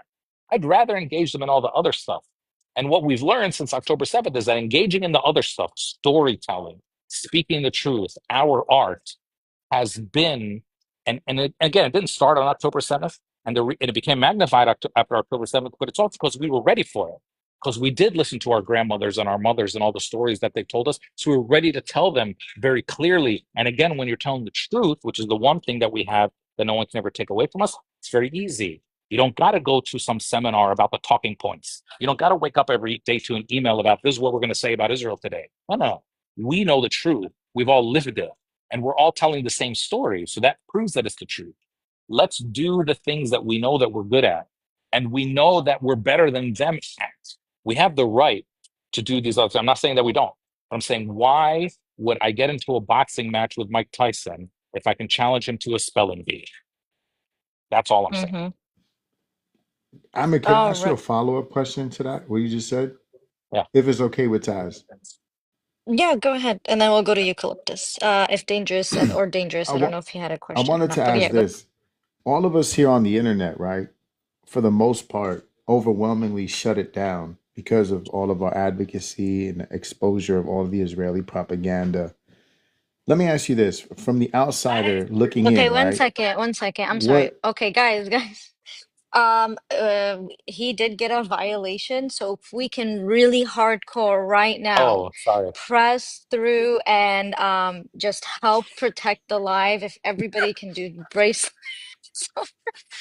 Sorry. or it's okay. If we could do bracelets, or team, if you can help with the live goal, if you can help with any subs, whatever it is to protect this live, Engage with and the please, poll. everybody. he got a Follow violation or him. you got a He violation? did. He did. Yeah, No, he that's did. fine. He's all right. He's all right. But let me do one thing. I'm gonna drop you real quick, Ahmed, and bring you right back so that way you don't get banana. Just give me 1 second. I'm gonna bring you right back. Okay. Okay, let me do this. That way he does not get banana, and we'll bring him That's right that back. Ergila, baby. All right, we're gonna try again. Let me see if you got that request, and we'll put you back on the big screen. And then I'll let you go ahead one more time, Mo, with that. There we go. Here he is Welcome back. back. Whoops. Go ahead. I was gonna say with us being on the internet so frequently, right? Putting in so many hours. What are some of your expectations, or what would you like to see us be able to do more of? Because right now, it's a lot of just debates, a lot of arguing, a lot of the same cyclical narratives, the same cyclical Zionists coming up, wasting time, a lot of the same people, same talking points, right? What do you want us to do? How could we step the game up? Well, first, I would be careful with debates because I'm not against debating Zionists, but um, it's important for us to understand that being Palestinian or doing a little bit of research if you're not Palestinian, or even being Palestinian or Arab, doesn't equip you necessarily to talk about Palestine, right? It equips you to talk about your experiences, which we should keep doing, and you don't need to be in a debate format to do that. It equips us to talk about, again, the things that we've learned from our ancestors, our families, our parents, our grandparents. But it doesn't necessarily equip us to talk deeply about the history. There are people who are equipped and studied in that, whether it's me or Noor Arakat, or I mean, there's a lot of other people. So I would encourage maybe inviting them in when there's an actual debate. Um, but we don't need to operate on their terms, right? We don't need, just because someone's asked you a question doesn't mean you need to answer it. So like this Muslim Zionist who came on in the beginning, he's like gets into all this stuff about like, bro, remember, everything that Zionists say, every Zionist argument can be boiled down to one thing or another, which is either it's a lie or it's irrelevant. Okay. One or the other. Sometimes both, but it's always one or the other. Always stay focused on what the real thing is. You kicked us out, you stole our houses, and you don't let us come back. That's the only reason we're angry. There's no other reason that we're angry. That's it. We don't care what your religion is. You could have been anything. You could have been Muslim doing this to us, and we would have been just as angry. So stay on message and stay focused and keep it simple. And you don't need to be in debates to do that. If sometimes debates are good, fine. But just remember, very important, you don't need to answer the questions that they ask you. Everything they say is either a lie or irrelevant. And you can simply say that and move on. Mm, So I would say just keep doing yes. what we're doing because it's working. I mean, what we're doing is working. That's why they've mobilized people the way that they have. That's why they're training people the way that they have. So we should just keep going down the road that we're going down because it's working. And then, like I said, very importantly, it's giving strength to the people back home. So let's just keep Yeah. doing what we're doing. And there's two things. Janine said we don't reply, we more like counter the misinformation because they do spew that propaganda everywhere. And then W7 it. Go We ahead, don't, Janine, sorry. I just want we don't, it's not necessarily debating as though we're debating our right to exist. No, we're debating the dehumanization. We're debating the lies and the propaganda and the misinformation that's being spread due to Hasbara. Majority of the time that we do have conversations with them, it's because they misrepresent things, especially in regards to October 7th. And we have to remind them that these things are publicly available for everyone to read up on and to do their investigations to realize that no, it's not the way they're painting that portrait to be. Okay. And then the Zionist actually in the chat asked, how is it working out? When you said it's working, he said, how? This is from a Zionist. Like, how is that working out for you guys? Well, I don't know, but on this Saturday in DC, there's probably going to be, I don't know, tens of thousands, if not more people marching down the street in front of the White House, specifically about Mahmoud Khalil, but about all kinds of other stuff. Um, and I haven't seen big marches for them. And yes, that does matter. It does matter that the people are with us. And that's clear to me from now. And yes, we might not see the uh, results from that from political leaders right away, and that's okay. But I know that and more importantly, how's it working out? Listen, man, I don't see Zionists smile that By the way, much. I don't see them smile that much. They don't tell jokes that much. They're not that happy. They don't like when you have the truth, you can smile and laugh and still be happy no matter what they're doing to you. There's a reason that the martyr's mother smiles because she knows that she has the truth. You know, that's something very deep.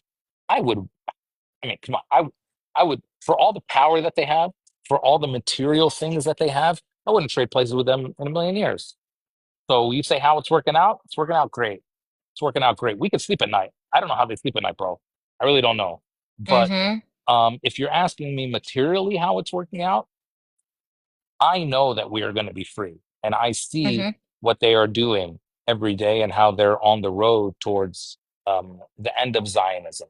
That doesn't mean the end of Jews living in Palestine. That doesn't mean that we are going to do to them. You know, they're always scared because they think that we're going to do to them what they did to us. That's why white people are scared of black people because they always think that, like white people are afraid of becoming minority in America because they know what happens to minorities because they're the ones that did it. So mm, people in power are always worried that the people who they oppressed are going to want revenge against them, and we don't really want revenge. We want some justice, but we would really like to live freely in our homeland, and that's coming. So it's clear to me that Zionism has always been a temporary project, and it will go away one day in the form that we see it it's now. coming up. Yeah, Mm-hmm. it's very clear to me. And again, you know, there's a reason we're able to be happy and still celebrate our greatness in the midst of all of this. That's because we have the truth, and they don't. And so it's working out just fine. Now, if you are measuring how it's working out by the number of bodies that are dead, then I guess that means you measure everything by violence. I don't. I don't measure things by Mm-hmm. violence, and we Palestinians were never trained to do that. We measure things by truth and justice, and we know that's what we have. And the Zionist that has been saying all of this is up on the panel now. So Howdy, howdy, uh, welcome. go ahead, Guy Fawkes. You had a lot to say. You were laughing about when he was talking about culture and that, you know, there is no Israeli culture and what we were saying. And you had a lot to say in the comments. So go ahead. I mean, sure, I mean, culturally, look at what Israel's built, top 30 economy in the world. relations with, most of the world, trade. It has, the Silicon Valley of the Middle East. I mean, I can go on and on, but the suggestion that somehow Israel isn't succeeding or hasn't succeeded, I don't get it. Doesn't make sense. Doesn't add up. So one of the a video I made back in June or July of 2020 was a video that I made from a saying that my mom always says in Arabic, which is "أخذوها مفروشة," which Mm. means they took it fully furnished. Yes, Israel, through violence and through ethnic cleansing, did build a society. Sure, of course they did. There's no doubting that. They didn't build it from nothing. I mean, the airport is where the airport was before 1948. The train tracks that they used, many of them are the train tracks that were built way before that. The Israeli singers sing Hebrew covers of Arabic songs. Um, they pretend that they created hummus, and they even tell this story about creating falafel sandwiches, which is really funny. Um, they so this notion of a land without a people for a people without a land, of course, is a farce and a myth. So yeah, through just like America, through violence and ethnic cleansing and genocide, they built something. I mean, I guess you have to have a certain point of view to think those two things aren't related. Like, yes, through violence and cheap labor, you can build a very outstanding economy, especially when that economy is only meant to benefit one group of people. Yes, you can do that. And yes, you have. Good for you. And So it if that has makes you feel nothing. good, go ahead.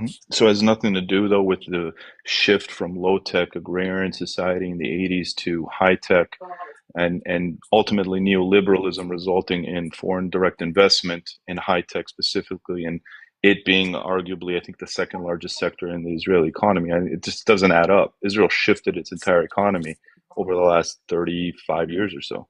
So Okay, what you're arguing doesn't add up at all. so has China, so has Korea. America's a little slower to the game, but so have we. I mean, sure, that's not an Israeli phenomenon. That's been a global phenomenon.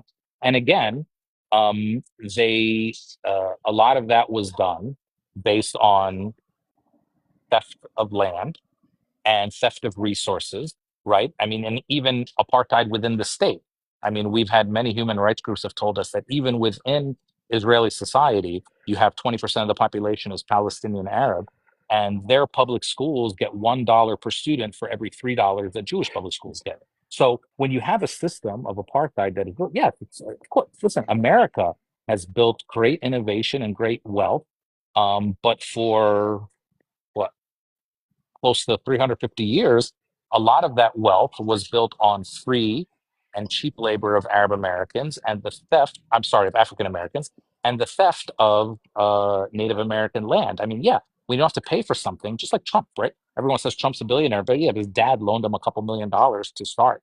You know, look, I know that when you have a head start, you think that equality is oppression, but you have to be honest eventually about these things. I mean, you're literally, literally in 1948 and beyond, but just in 1948, there was a big one. You literally moved into my and everyone else's grandmother's house for free. So yeah, it's a lot easier to get a, it's just like European and Asian students, PhD students and doctors have a head start on American doctors because the American doctors are $500,000 in debt and the European and Asian ones aren't. And the Arab ones for that matter. That's why they're able to build the wealth much more quickly if they come to America. It's not a mystery. So, I know you might want to just attribute it all to some sort of like magical Israeli innovation. And if that makes you feel better, that's cool. But also, at the end of the day, the entire Israeli society was built on the back and the eradication of a society that already existed. And that's not like up for debate. It's I like mean, clear that that happened. if You if moved into my grandmother's house, bro. if I mean, like, revisionist it's this is history not Mm-hmm. is helps you with your narrative, that's fine. I mean, if the okay, cool. belittling the achievements of the Israelis, helps with your narrative, that's fine. No one really Well, ultimately cares. but Winning on belittling. an internet. I'm just trying. Well, then why are you here? Okay, No, that's no, no. fine. But No. It's an interesting conversation nonetheless, right? I'm trying. Okay, I'm not belittle. guys. I'm not belittling it. I'm simply explaining it. Right? There's a lot of white families in America that have generational wealth, and a lot of that generational wealth was built from land ownership that they got for free and cultivation of that land that they got for free for decades and sometimes centuries. So yes, it's much easier to build wealth when you do that. So when you get a free house or when you are able to, build on top of infrastructure that was already there, yes, the society can build up much more quickly. Does that does But I that mean, that does that explain though the contrast between the rest of the Levant countries, Lebanon, Egypt, Jordan, Syria, and just yeah, compare and contrast how Israel is and what it's built and its GDP per capita, its economy, its society, its yeah, sure. average income, But etc. sure, built. You're talking about a country of today of 9 million people, but 7 million that the state actually cares about. The state says that the state only for Jewish people, um, and that 7 million people gets billions of free money pushed into it every year from America and Europe. I mean, are you saying that you'd still be able to do all that kind of stuff without the theft of land and the billions that come in every year from America and Europe? Probably You not. say you say free money. I say foreign direct investment because it's an investment in But Israel. it's I mean, but it's look but it's look not at it's what not a winning on the internet does. Like, you have someone underneath me puts a picture of Big Bird with my name on it, and in some sort of attempt to like flex at somebody Guy, who's having a Oh my God, are mistake. you? okay. So if if I you It's can think like get it's if a second, pathetic, though. I cause mean, this is the okay, so victories that you guys have. if This is the if you smiles, right? Wait, wait, Guy, hold one on. second. Wait, one if I you want second, to think talk it's please. about this. The I love this. smiles. if you Yeah, think it's silly, bro, just it's okay. Go leave, start your own room, عامر do what you want. السلام عليكم. But First of all, كيف it's الحال fine. حبيبي? You hello. guys are I'm winning, though, so for sure. honored to meet you, Amir. Like super honored. Thanks, man. I love Appreciate you. everything you say, and you are saying beautiful things. I want to go back to one of the things you said, which is exposure, which is the colonizing powers are very advanced in technology and GDP and army and military, and they're very good at destabilizing their neighbors and mocking their neighbors for not having as good as a GPT as they do. However, all these governments are scared of one thing, which is exposure. And that's exactly what's happening right now. And for the first time in history, the Zionists are on the defensive. Finally, criticizing Israel is not anti Semitic anymore. And we have breached through that iron wall that the Zionists have put up for us. Yeah, and listen, someone might come from a standpoint or a viewpoint or a culture where they measure everything by money. That's a very American, European sort of capitalistic thing to do. Our culture of over 2,000 years of Arab culture has never really done that. I mean, don't get me wrong, we like money and we like spending money, but we don't measure someone's worth in Ramallah or Jerusalem or Nazareth by how much money they have. We measure them by who they are. And in that sense, I think we're doing just fine. And so if you want to go and yell and brag about Israel's GDP, okay, good for you. أخذوها مفروشة. If you want to go and brag about the big buildings that they have, okay, أخذوها مفروشة. They got the land for free. I mean, 100%. if you want to go and brag about that, good for you. But After don't after world pretend like you worked for it. yeah, after World War One, they destroyed Gaza. The British destroyed Gaza. They took it from the Ottomans and they gave them the Balfour Declaration. So they're literally أخذوها مفروشة يعني. They didn't do shit. Yeah, this is not a mystery. I mean, look, they built on top of it. Good for them. They did it with cheap labor of millions of Palestinians. I mean, why do you think Israel keeps the occupation going? Right? I mean, for two reasons. Number one, 5 million Palestinians in the West Bank and Gaza are captive consumers of the Israeli economy every day, and they don't have a choice, right? I mean, if you go into a supermarket in Ramallah or a supermarket in Gaza before October 7th, all the products are Israeli because we don't have enough land and access to land. Gaza fishermen are not allowed to go more than a few kilometers to fish the good fish. Palestinians are not allowed to have the agricultural land in the West Bank. So we don't have enough land or opportunity to feed all of our communities. And we're not allowed to import from anywhere food other than Israel. So Israel feeds, and their economy benefits from it, 5 million people every day. Remember, this is an economy of only 7 million people, so that's a really good deal. Okay. They're able to sell their goods to a captive consumer base. Even if they never exported anything else, that would be a great deal for them. So, of course, they love the occupation and they love the status quo, right? And they own everything. Why are they able to turn off the electricity and the water? Because they own that and they get paid for it. So, again, occupation is a great thing for them. economically. And so when you do that, when you have captive consumers and you're able to charge them whether or not you like it, I mean, listen, if you told me that I could have a business where, I sold food to people in the prison and they couldn't buy from anywhere else, I'd say, hey, where do you sign me up? Sounds like a great business to me. They can't go anywhere else, right? So sure, they built a great economy. Okay, but let's not pretend like, it was done purely on some sort of innovation. It was done through occupation, genocide, ethnic cleansing, land theft. And if you gave somebody that kind of head start, anybody could probably be successful. Yeah. Also, it gives them the opportunity to erase our identity slowly but surely. When they can just occupy us, divide us, make us pick apart our identity, it's very beneficial for them, just controlling us demographically because we are mad and getting colonized, of course. Well, So remember, erasing Palestinian identity is one of the aspects, one of the features of Zionism, right? It's what it does. It has to do that, right? I mean, this is like when we say Jesus is Palestinian, they get all bent out of shape. I mean, Zionists never claimed Jesus for forever until we started claiming him. But we say Jesus is Palestinian, they get all bent out of shape, and they say no, he was a Jew. I say yeah, of course he was a Jew. But why can a Jew be Hungarian, Yemeni, Polish, Ukrainian, Syrian, Tunisian, Egyptian? They could be everything in the world except Palestinian. yeah, That's they that's also what want to claim King David. He's also that's Palestinian. They want to that's what claim King Solomon. He's also well, Palestinian. they can claim them as Jews if they like, but I'm saying it's not about claim.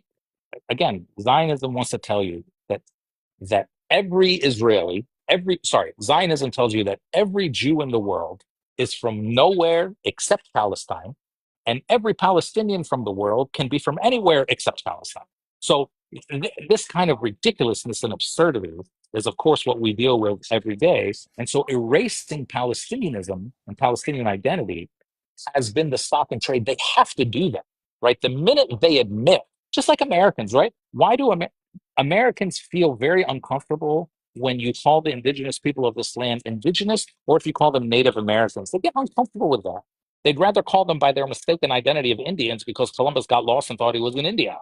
They'd rather do that because the minute you say these people are native and they were here first, it destroys everything you've told yourself about your country. Well, Israelis are the same way, right? They cannot admit that there's a Palestinian people who have been there for centuries. And yes, we are a mix of all the people that have ever come through Palestine. That's why we look like everything. That's why we have last names from all over the world, right? We're not ashamed of that. I always say we look like everything and we have last names from all over the world because everybody came to Palestine and everybody came in Palestine. So we look like everything, of course, obviously, right? So, I mean, there's nothing wrong with that. We understand that about our histories. But for them, erasing Palestinianness is Zionism. They have to do that because Zionism can't exist without Palestine. I know it all sounds very paradoxical. The Zionism can't exist without Palestine. From the first days of the Zionist conference, they wanted Palestine. We sometimes tell ourselves these stories of, oh, they're going to go to Argentina or Angola. No, they wanted Palestine from the jump. And they always wanted Palestine. And so Zionism doesn't exist without wanting the land, but you have to erase the people that are there in order to use your argument, which is this argument of indigeneity, and not only indigeneity, exclusive indigeneity. So the problem with Zionism is not that it says Jews have a connection or they're from Palestine. That's not the problem with Zionism. The problem with Zionism is says that only Jews are from Palestine. And a Jew from Europe who spent the last 1,000 years in Europe, he is more Palestinian than the families that have been there for 2,000 years. It's That's the absurdity, ridiculous. so that's the It's absurdity ridiculous. of what we deal with. And that's what we should be pointing out, the absurdity of it, and not engaging in their conversation. But I wanted to go back to laughing at them. I love that. So I'm a very strong supporter of that idea to use comedy. And I wanted to ask you about how we could use comedy in our debates. And how do you think comedy has been used in Palestinian advocacy throughout history? well, if you think of comedy also as like satire or sarcasm, we've been doing that for a long time. Even Mahmoud Darwish used satire and sarcasm in some parts of his poetry. Um, And so it's always been a part. Now, stand-up comedy is a little newer and using that as an art form for an hour long on stage. Um, And if other people want, I mean, I don't encourage other people to do it because I don't need the competition. But if other people want to do it, go ahead and have a good time. But no, I'm just kidding. But I mean, humor and again, sarcasm is an important part of. But remember, again, you can only do that if you have the truth, right? You can only use that level of sarcasm and humor if you know you have the truth and you know enough. Again, that's why I say not every Palestinian, just because you're Palestinian doesn't mean you're equipped to talk about everything that is about Palestine. You have to do the work. You have to do the research and all of that so that you can, like, you can't say something's a lie unless you've done all the studies, right? You can't say something is irrelevant unless you've done all the studies. But just remember that every Zionist argument is either a lie or irrelevant. And let's move on because I have to go in a few minutes. I've already stayed here Yeah, half an hour longer than this is like the longest Arab What goodbye what do ever. you I've already think? stayed here half an hour longer than I had. I was supposed to one serve the second, coffee dangerous. supposed to serve the coffee like half an hour ago. I was supposed to leave. I already got up, like I gotta leave. Like, we're doing that thing now at the end of the Arab thing. So let's make this like the end, like we're Yalla, near the I door. got We're you. I we're at got the you. We're door. Allah You're we like يعطيك have ألف عافية we have يا رب. just we you're just like have walking me to I'm my gonna go, car. guys. Salam. You're like thank you, Mo. مع you're Stay السلامة. walking me safe. to my car. You can all start lying to me and doing the thing that we do at people's houses. Like, no, يلا stay, يلا sleep خليك over, sleep. خليك No, خليك. but I gotta go. So, All right, let any me. last things, especially Yes, there's female a voices, few. because there's been a lot of guys mostly. Yes, we'll go just real quick to Doc. Salam, Doc. I know we're right about to wrap it up, but if we could just get And then Doc Sajida too, if and she wants to say Sajida something. and And then, Vengeful, Yes, yes. yeah, yes. why don't we let all of them go quickly and then I'll just wrap up. Yalla. Okay, go ahead, Doc. Hey, salam everybody. Amir, thanks for being here, brother. I just Ahmed, really came to Ahmed, just Ahmed, Ahmed, Ahmed. Ahmed. Thanks for being here. I think I met you one time in Ann Arbor at a protest, bro, but I can't remember. You probably don't remember. But anyway, yeah, let Sajida go ahead and talk. Really, I didn't have much to add. Thank you for being here, brother. And the Thank you, Taz, Doc. always big W Taz. Wallahi, she hosts the best lives, with a lot of special guests, and that's amazing. Appreciate you, Doc. Thank you. Okay, we'll go Sajida real quick. Yeah, I just wanted to say that you're so real for turning your camera around. That's probably one of the most Palestinian things I've seen on this live today. To be I feel like everybody kind of skipped the question. I'm sure that with you being a comedian, right? Everybody's always probably telling you, "Oh, tell us a joke, tell us a joke." But I wanted to know quick, what's your favorite thing to talk about, like when it comes to your comedy? And if you wanted to go ahead and tell me a joke, I will be that person today, if that's Yeah. Well, okay. first of all, I don't tell jokes for free. That's number one. Okay, Oh, this is my job. That's number one. Okay. damn. Number two, my comedy is readily available. I would encourage people to go watch my YouTube stand-up special in Dearborn from a couple years ago. It's called "We're Still Not White," about Arab Americans. And then I'll be filming my new special in Palestine this summer, hopefully. And then that'll be out as well. The only Palestinian comedy special. I've already done a Palestinian comedy special in Palestine in 2012, but I'll be doing this new one here as well coming up. But I love talking about like my family, my upbringing, the stuff that, you know, is ingrained in us as Palestinians. And that's why my new show is called The Truth. And it was actually called The Truth. I was doing it on the road for like a year before October 7th. And I was going to film it right after October 7th. But then, I like this picture of my book up there. If you want to get Being Palestinian Makes Me Smile, go to my website and you can buy that book. And I sign it, dedicate it to you specifically, and mail it to you. Oh, Harriet It's just only want really? to put 20. it That's up. awesome. That's why I Yeah, put it's it only up. Thank you. Yeah, it's only $20 and I'll ship it anywhere in the United States. There's also shipping outside of the United States, but you got to pay for it. But the $20 includes shipping in the United States. And I sign it for you and I send it off to you. Yeah, I like talking about my family. I like talking about stuff that I observe, right? As a Palestinian, you're confronted with, and as an Arab, you're confronted with absurdity all the time. So yeah, but you can find all kinds of Th- clips like that of mine Perfect. online. Thank you so Thank you. much. And I, And please download them and share them. Yeah, guys, Put them on your everybody own follow put him. put Follow them him on on your Instagram. put them on your own TikTok. I won't ever say that you can't do it. Go ahead, do it. I just, let's get the word out there as much as we can. And We'll No, do thank you one. so much. And I Thank you, honestly Sajida. appreciate that he said you want it, you go pay for it. I love it. As a business And owner, I respect that. I respect that Right? because people will be like, okay, you're a photographer. Can you take a picture of me? And I'm like, yeah, here's my price list. So Yeah, thank you bro. so much. It was so nice meeting you. It's like when someone meets a dentist and they're like, "Can you look? Do you think that's a Here?" cavity right there? Like, oh bro, god, I that's get paid for beautiful. that. Not the Just real quick, consultation. we'll That's go to crazy. Vengeful, and then Linda is somebody that you know and wanted to say hi, and then Rabi' did want to come up real quick and say hello. I'm like, So just what a Arab real quick, goodbye copy out you're of talking about. Oh my really God, quick, I'm dude. at the It's a door. family reunion. That's I'm like in my car. We're on the driveway now. All right, go ahead, continue. real quick. Go Go to ahead, Linda Vengeful, just real first quick. and A Money, and then I'll ask if there's Okay, time. Linda first, go ahead, please. Linda. Go ahead. Saj, Yeah. just give Hi me one guys. second. I'm gonna bring Rabi'. I'll bring you right back, Saj. How are you guys all doing? Go ahead, Ahmed. Linda. Ahmed, how you doing, buddy? I'm here to remind you of how old you are in our past in IT at the Arab Community Center in the employment and Oh, training. wait, Mariam's my sister. Mariam's my sister, remember? is this Linda M? Yes. Okay, I know exactly who you are. Maybe when are you coming back to Dearborn? Well, soon, inshallah. And I gotta actually collaborate with you on something because we're a part of a board of directors for the Soul of Palestine, a charity, and Okay, we've well, raised a lot of money. if you are the Linda who I believe and think you are, Yes. Linda MR. Yes. Okay, That's then all. I told you you it's a can family reunion. so you can have whatever you want from me for free. Oh Okay, wow. Definitely, W. definitely.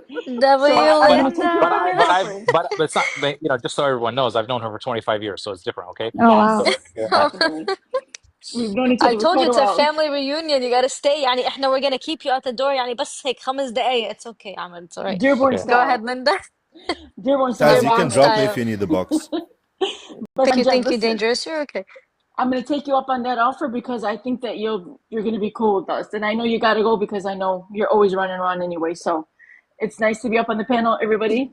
Hey Hello. Linda. Love Thank you. you, Goodbye. Linda. You're welcome. I'll All see you right, we'll guys go. later, inshallah. Ma'asalam. Thank you, Linda. Okay, we'll go to Rabi' and then A Money and then Vengeful. Like if 2 minutes, Girl, one I'm not minute, gonna guys. give him Yalla no go. question. It's fine because he's been saying he Oh, gotta go for okay. A like an Money hour. said no, خلاص. I'll just Okay, sit here. go It's ahead, fine. I'll Rabi'. take your question. But he don't want no more questions. He wanna Oh, go. بسخن له بسؤال It's okay. قاعد Go ahead. بسخن Go لك ahead. oh, بسؤال. Hurry go up. ahead, Yeah, I want to Rabi', go, know go. what's like your لا. favorite moment on stage, or like your favorite joke, Well, not or my like favorite most joke. So awkward moment. no, my favorite moments have been like doing shows in the old city of Jerusalem, which I think I'm the only comedian who's done that, or at least done it a lot. That is City awesome. shows in the old city of Jerusalem for the people that are there. Seeing Palestinians smile and laugh and cry in my shows is بالحكواتي.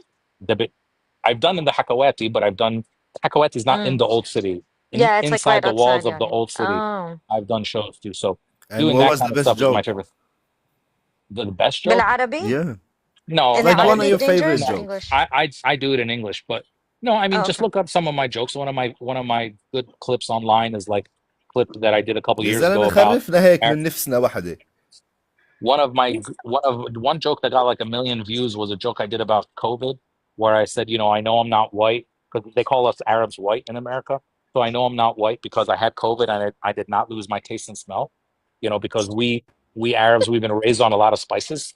So it's going to take a lot more than COVID for us to lose taste and smell. Like, I don't know if you ever opened up a white person's spice cabinet, but it's not a cabinet. It's usually just part of a shelf that just says like salt, pepper, and everything bagel spice. Where, Oh my God, not the everything but have, bagel spice. but have you ever opened up your mom's spice cabinet? It's like 75 clear bottles of brown powder with no labels, and she You mean tells you like, multiple There's cabinets? even spices yeah, in the fridge. yeah, and she tells you, Yes. she goes, get me the kamun. And I'm like, which one is the kamun? She's like third row, fifth one in from the left. I'm like, how do you know? She's like, I can smell it from here. I can smell it. So, Oh man, that's we're different. hilarious. We're different. Yeah. Thank, thank you, Dangerous. Okay, let's go to Rabi' real quick, and then we'll go to Thank you, Vengeful, and Taz. then W inshallah we'll wrap Taz. it up. W Amir. I Oh, wanted look at to that, Amer. That's you, Amer. Oh, that's me. Yes. Oh, that's me. Yeah, that's me. Oh, is that well, as an we're not saying names, but yeah, yeah, of it's course. okay. Yeah, of course. Um Was that a few months ago in New York, right? yep, it sure Yep. was. Yeah, I You were remember. here, and you helped us raise a lot of money for the community. It was a beautiful thing. I just wanted to say hi. I know you're out the door, like salam alaikum, alaikum salam. How's your mom? How's your dad? We all do that at the door, but I just wanted to give my What بلد are salams you to you. from? شو بتحس؟ Thank you, thank you, thank Wallah. you, thank you. لا W Thank bestie. سلمي على الجميع. Bye. Allah thank you, Rabia. All يسلمك. right. W Rabia always. He's And then we'll like, go to just let me Vengeful. go. I know, والله هو زهق Dangerous. منا حرام. Go ahead. باور يا Dangerous. جحش شو بتسوي هون يا Yeah, باور؟ Josh, you know what's the new news? Oh, there's You know what's the new Wait, news? let ما Vengeful تحكيش ask a sorry, معي the question انت. because we want to Zionists. go. 1 second. Oh Yeah, my go God. ahead, Vengeful. This is Assalamu the alaikum. Zionists. So my one question would be is, for those of us that are, supporting the Palestinian cause, that are decolonizing, what is your best advice, or how can we support the Palestinians better? And what can we do from inside the colony to help educate others? What is your best advice for us to do better? Well, I mean, look, I think what we're doing is working. So just keep doing what you're doing. Talk a little bit about Palestine every day, no matter what it is. Maybe it's sharing food, maybe it's sharing dance, maybe it's sharing songs, maybe it's sharing culture. Whatever it is, just keep talking about Palestine a little bit every day because it's working. And that's why they're trying to silence us. Remember, people in power never silence people that are lying. They only silence people that are telling the truth. So just keep going, keep moving forward. It's working. And again, I've said this a few times, but remember, the people in Palestine are getting strength from the things that we're doing here. So we got to keep going. Thank you. Thank you so much, Amer Zahr, for being with us. I Oh my God! know. Thank God. خلاص? خلاص, خلاص, you're free. You're free. All right, man. I'm gonna get in my car. Okay, now والله. we gotta do. Now we gotta do the thing where we say bye Yalla, to now we everybody gotta do the thing. separately. All right, Thank bye, Vengeful. Bye, you. Dangerous. Bye, مع Rabia. السلامة. Bye, الله Ayman. يبارك Bye. فيك يا Bye. رب. Salam الله alaikum. يبارك فيك Please, ويخلي لنا Allah إيانا يا يسعدك, رب. guys. Please make sure. شرفونا Make شرفونا بميشيغان إن شاء الله. تعالوا شوفونا حبايبي. And then the Inshallah. last thing I want to Buy his say is book, y'all. Buy his book. buy my book. Yeah. The last thing I want to say to everybody is I know that we love each other and we support each other, but I don't think we tell each other enough. So the last thing I want to say to everybody, and we should all say this to each other all the time, and look at other people when you're saying this. When I'm at a show, I'd make everybody do it. Is look at the person on your right, look at the person on your left, even here virtually, and tell them thank you for being here tonight. Tell them I'm proud of you, and tell them I love you. Because we are a movement and a people built on love. The biggest lie they tell about us is that we're built on hate. The biggest that we are built on love and only love. So keep telling everybody that you're proud of them and you love them. And Taz, I want you to know that I love you and I'm proud of you. Wallah, we love you, brother. Thank you We so love much, you. We're Amir. proud of you, Ahmed. We're proud of you. You're So amazing. proud. Guys, please make sure you follow him on both Instagram and on here. He is very active on Instagram, on TikTok, not too much, but hopefully very soon. Will you be going out on to the DC protest? I don't know yet because I have a show in LA at UCLA on Sunday. So it might be very hard for me to be in DC on Saturday and LA on Sunday. But if you're in the LA area, I'm doing a show for PCRF in UCLA on Sunday at 5 p.m. at UCLA. You can get the information on my website, amerzahr.com, and follow me. But I don't know if I'll be there Saturday. I'm going to try. But I try to get to as many of these things as possible. But anyway, yalla. Thank Salamat. you. Good to see Yalla. everybody. Salamat. Allah معك. مع في السلامة. فلسطين. Bye. الله معك. والله والله نور التيك توك. WW نور عمر التيك توك عامر. زاهر. Taz, I'm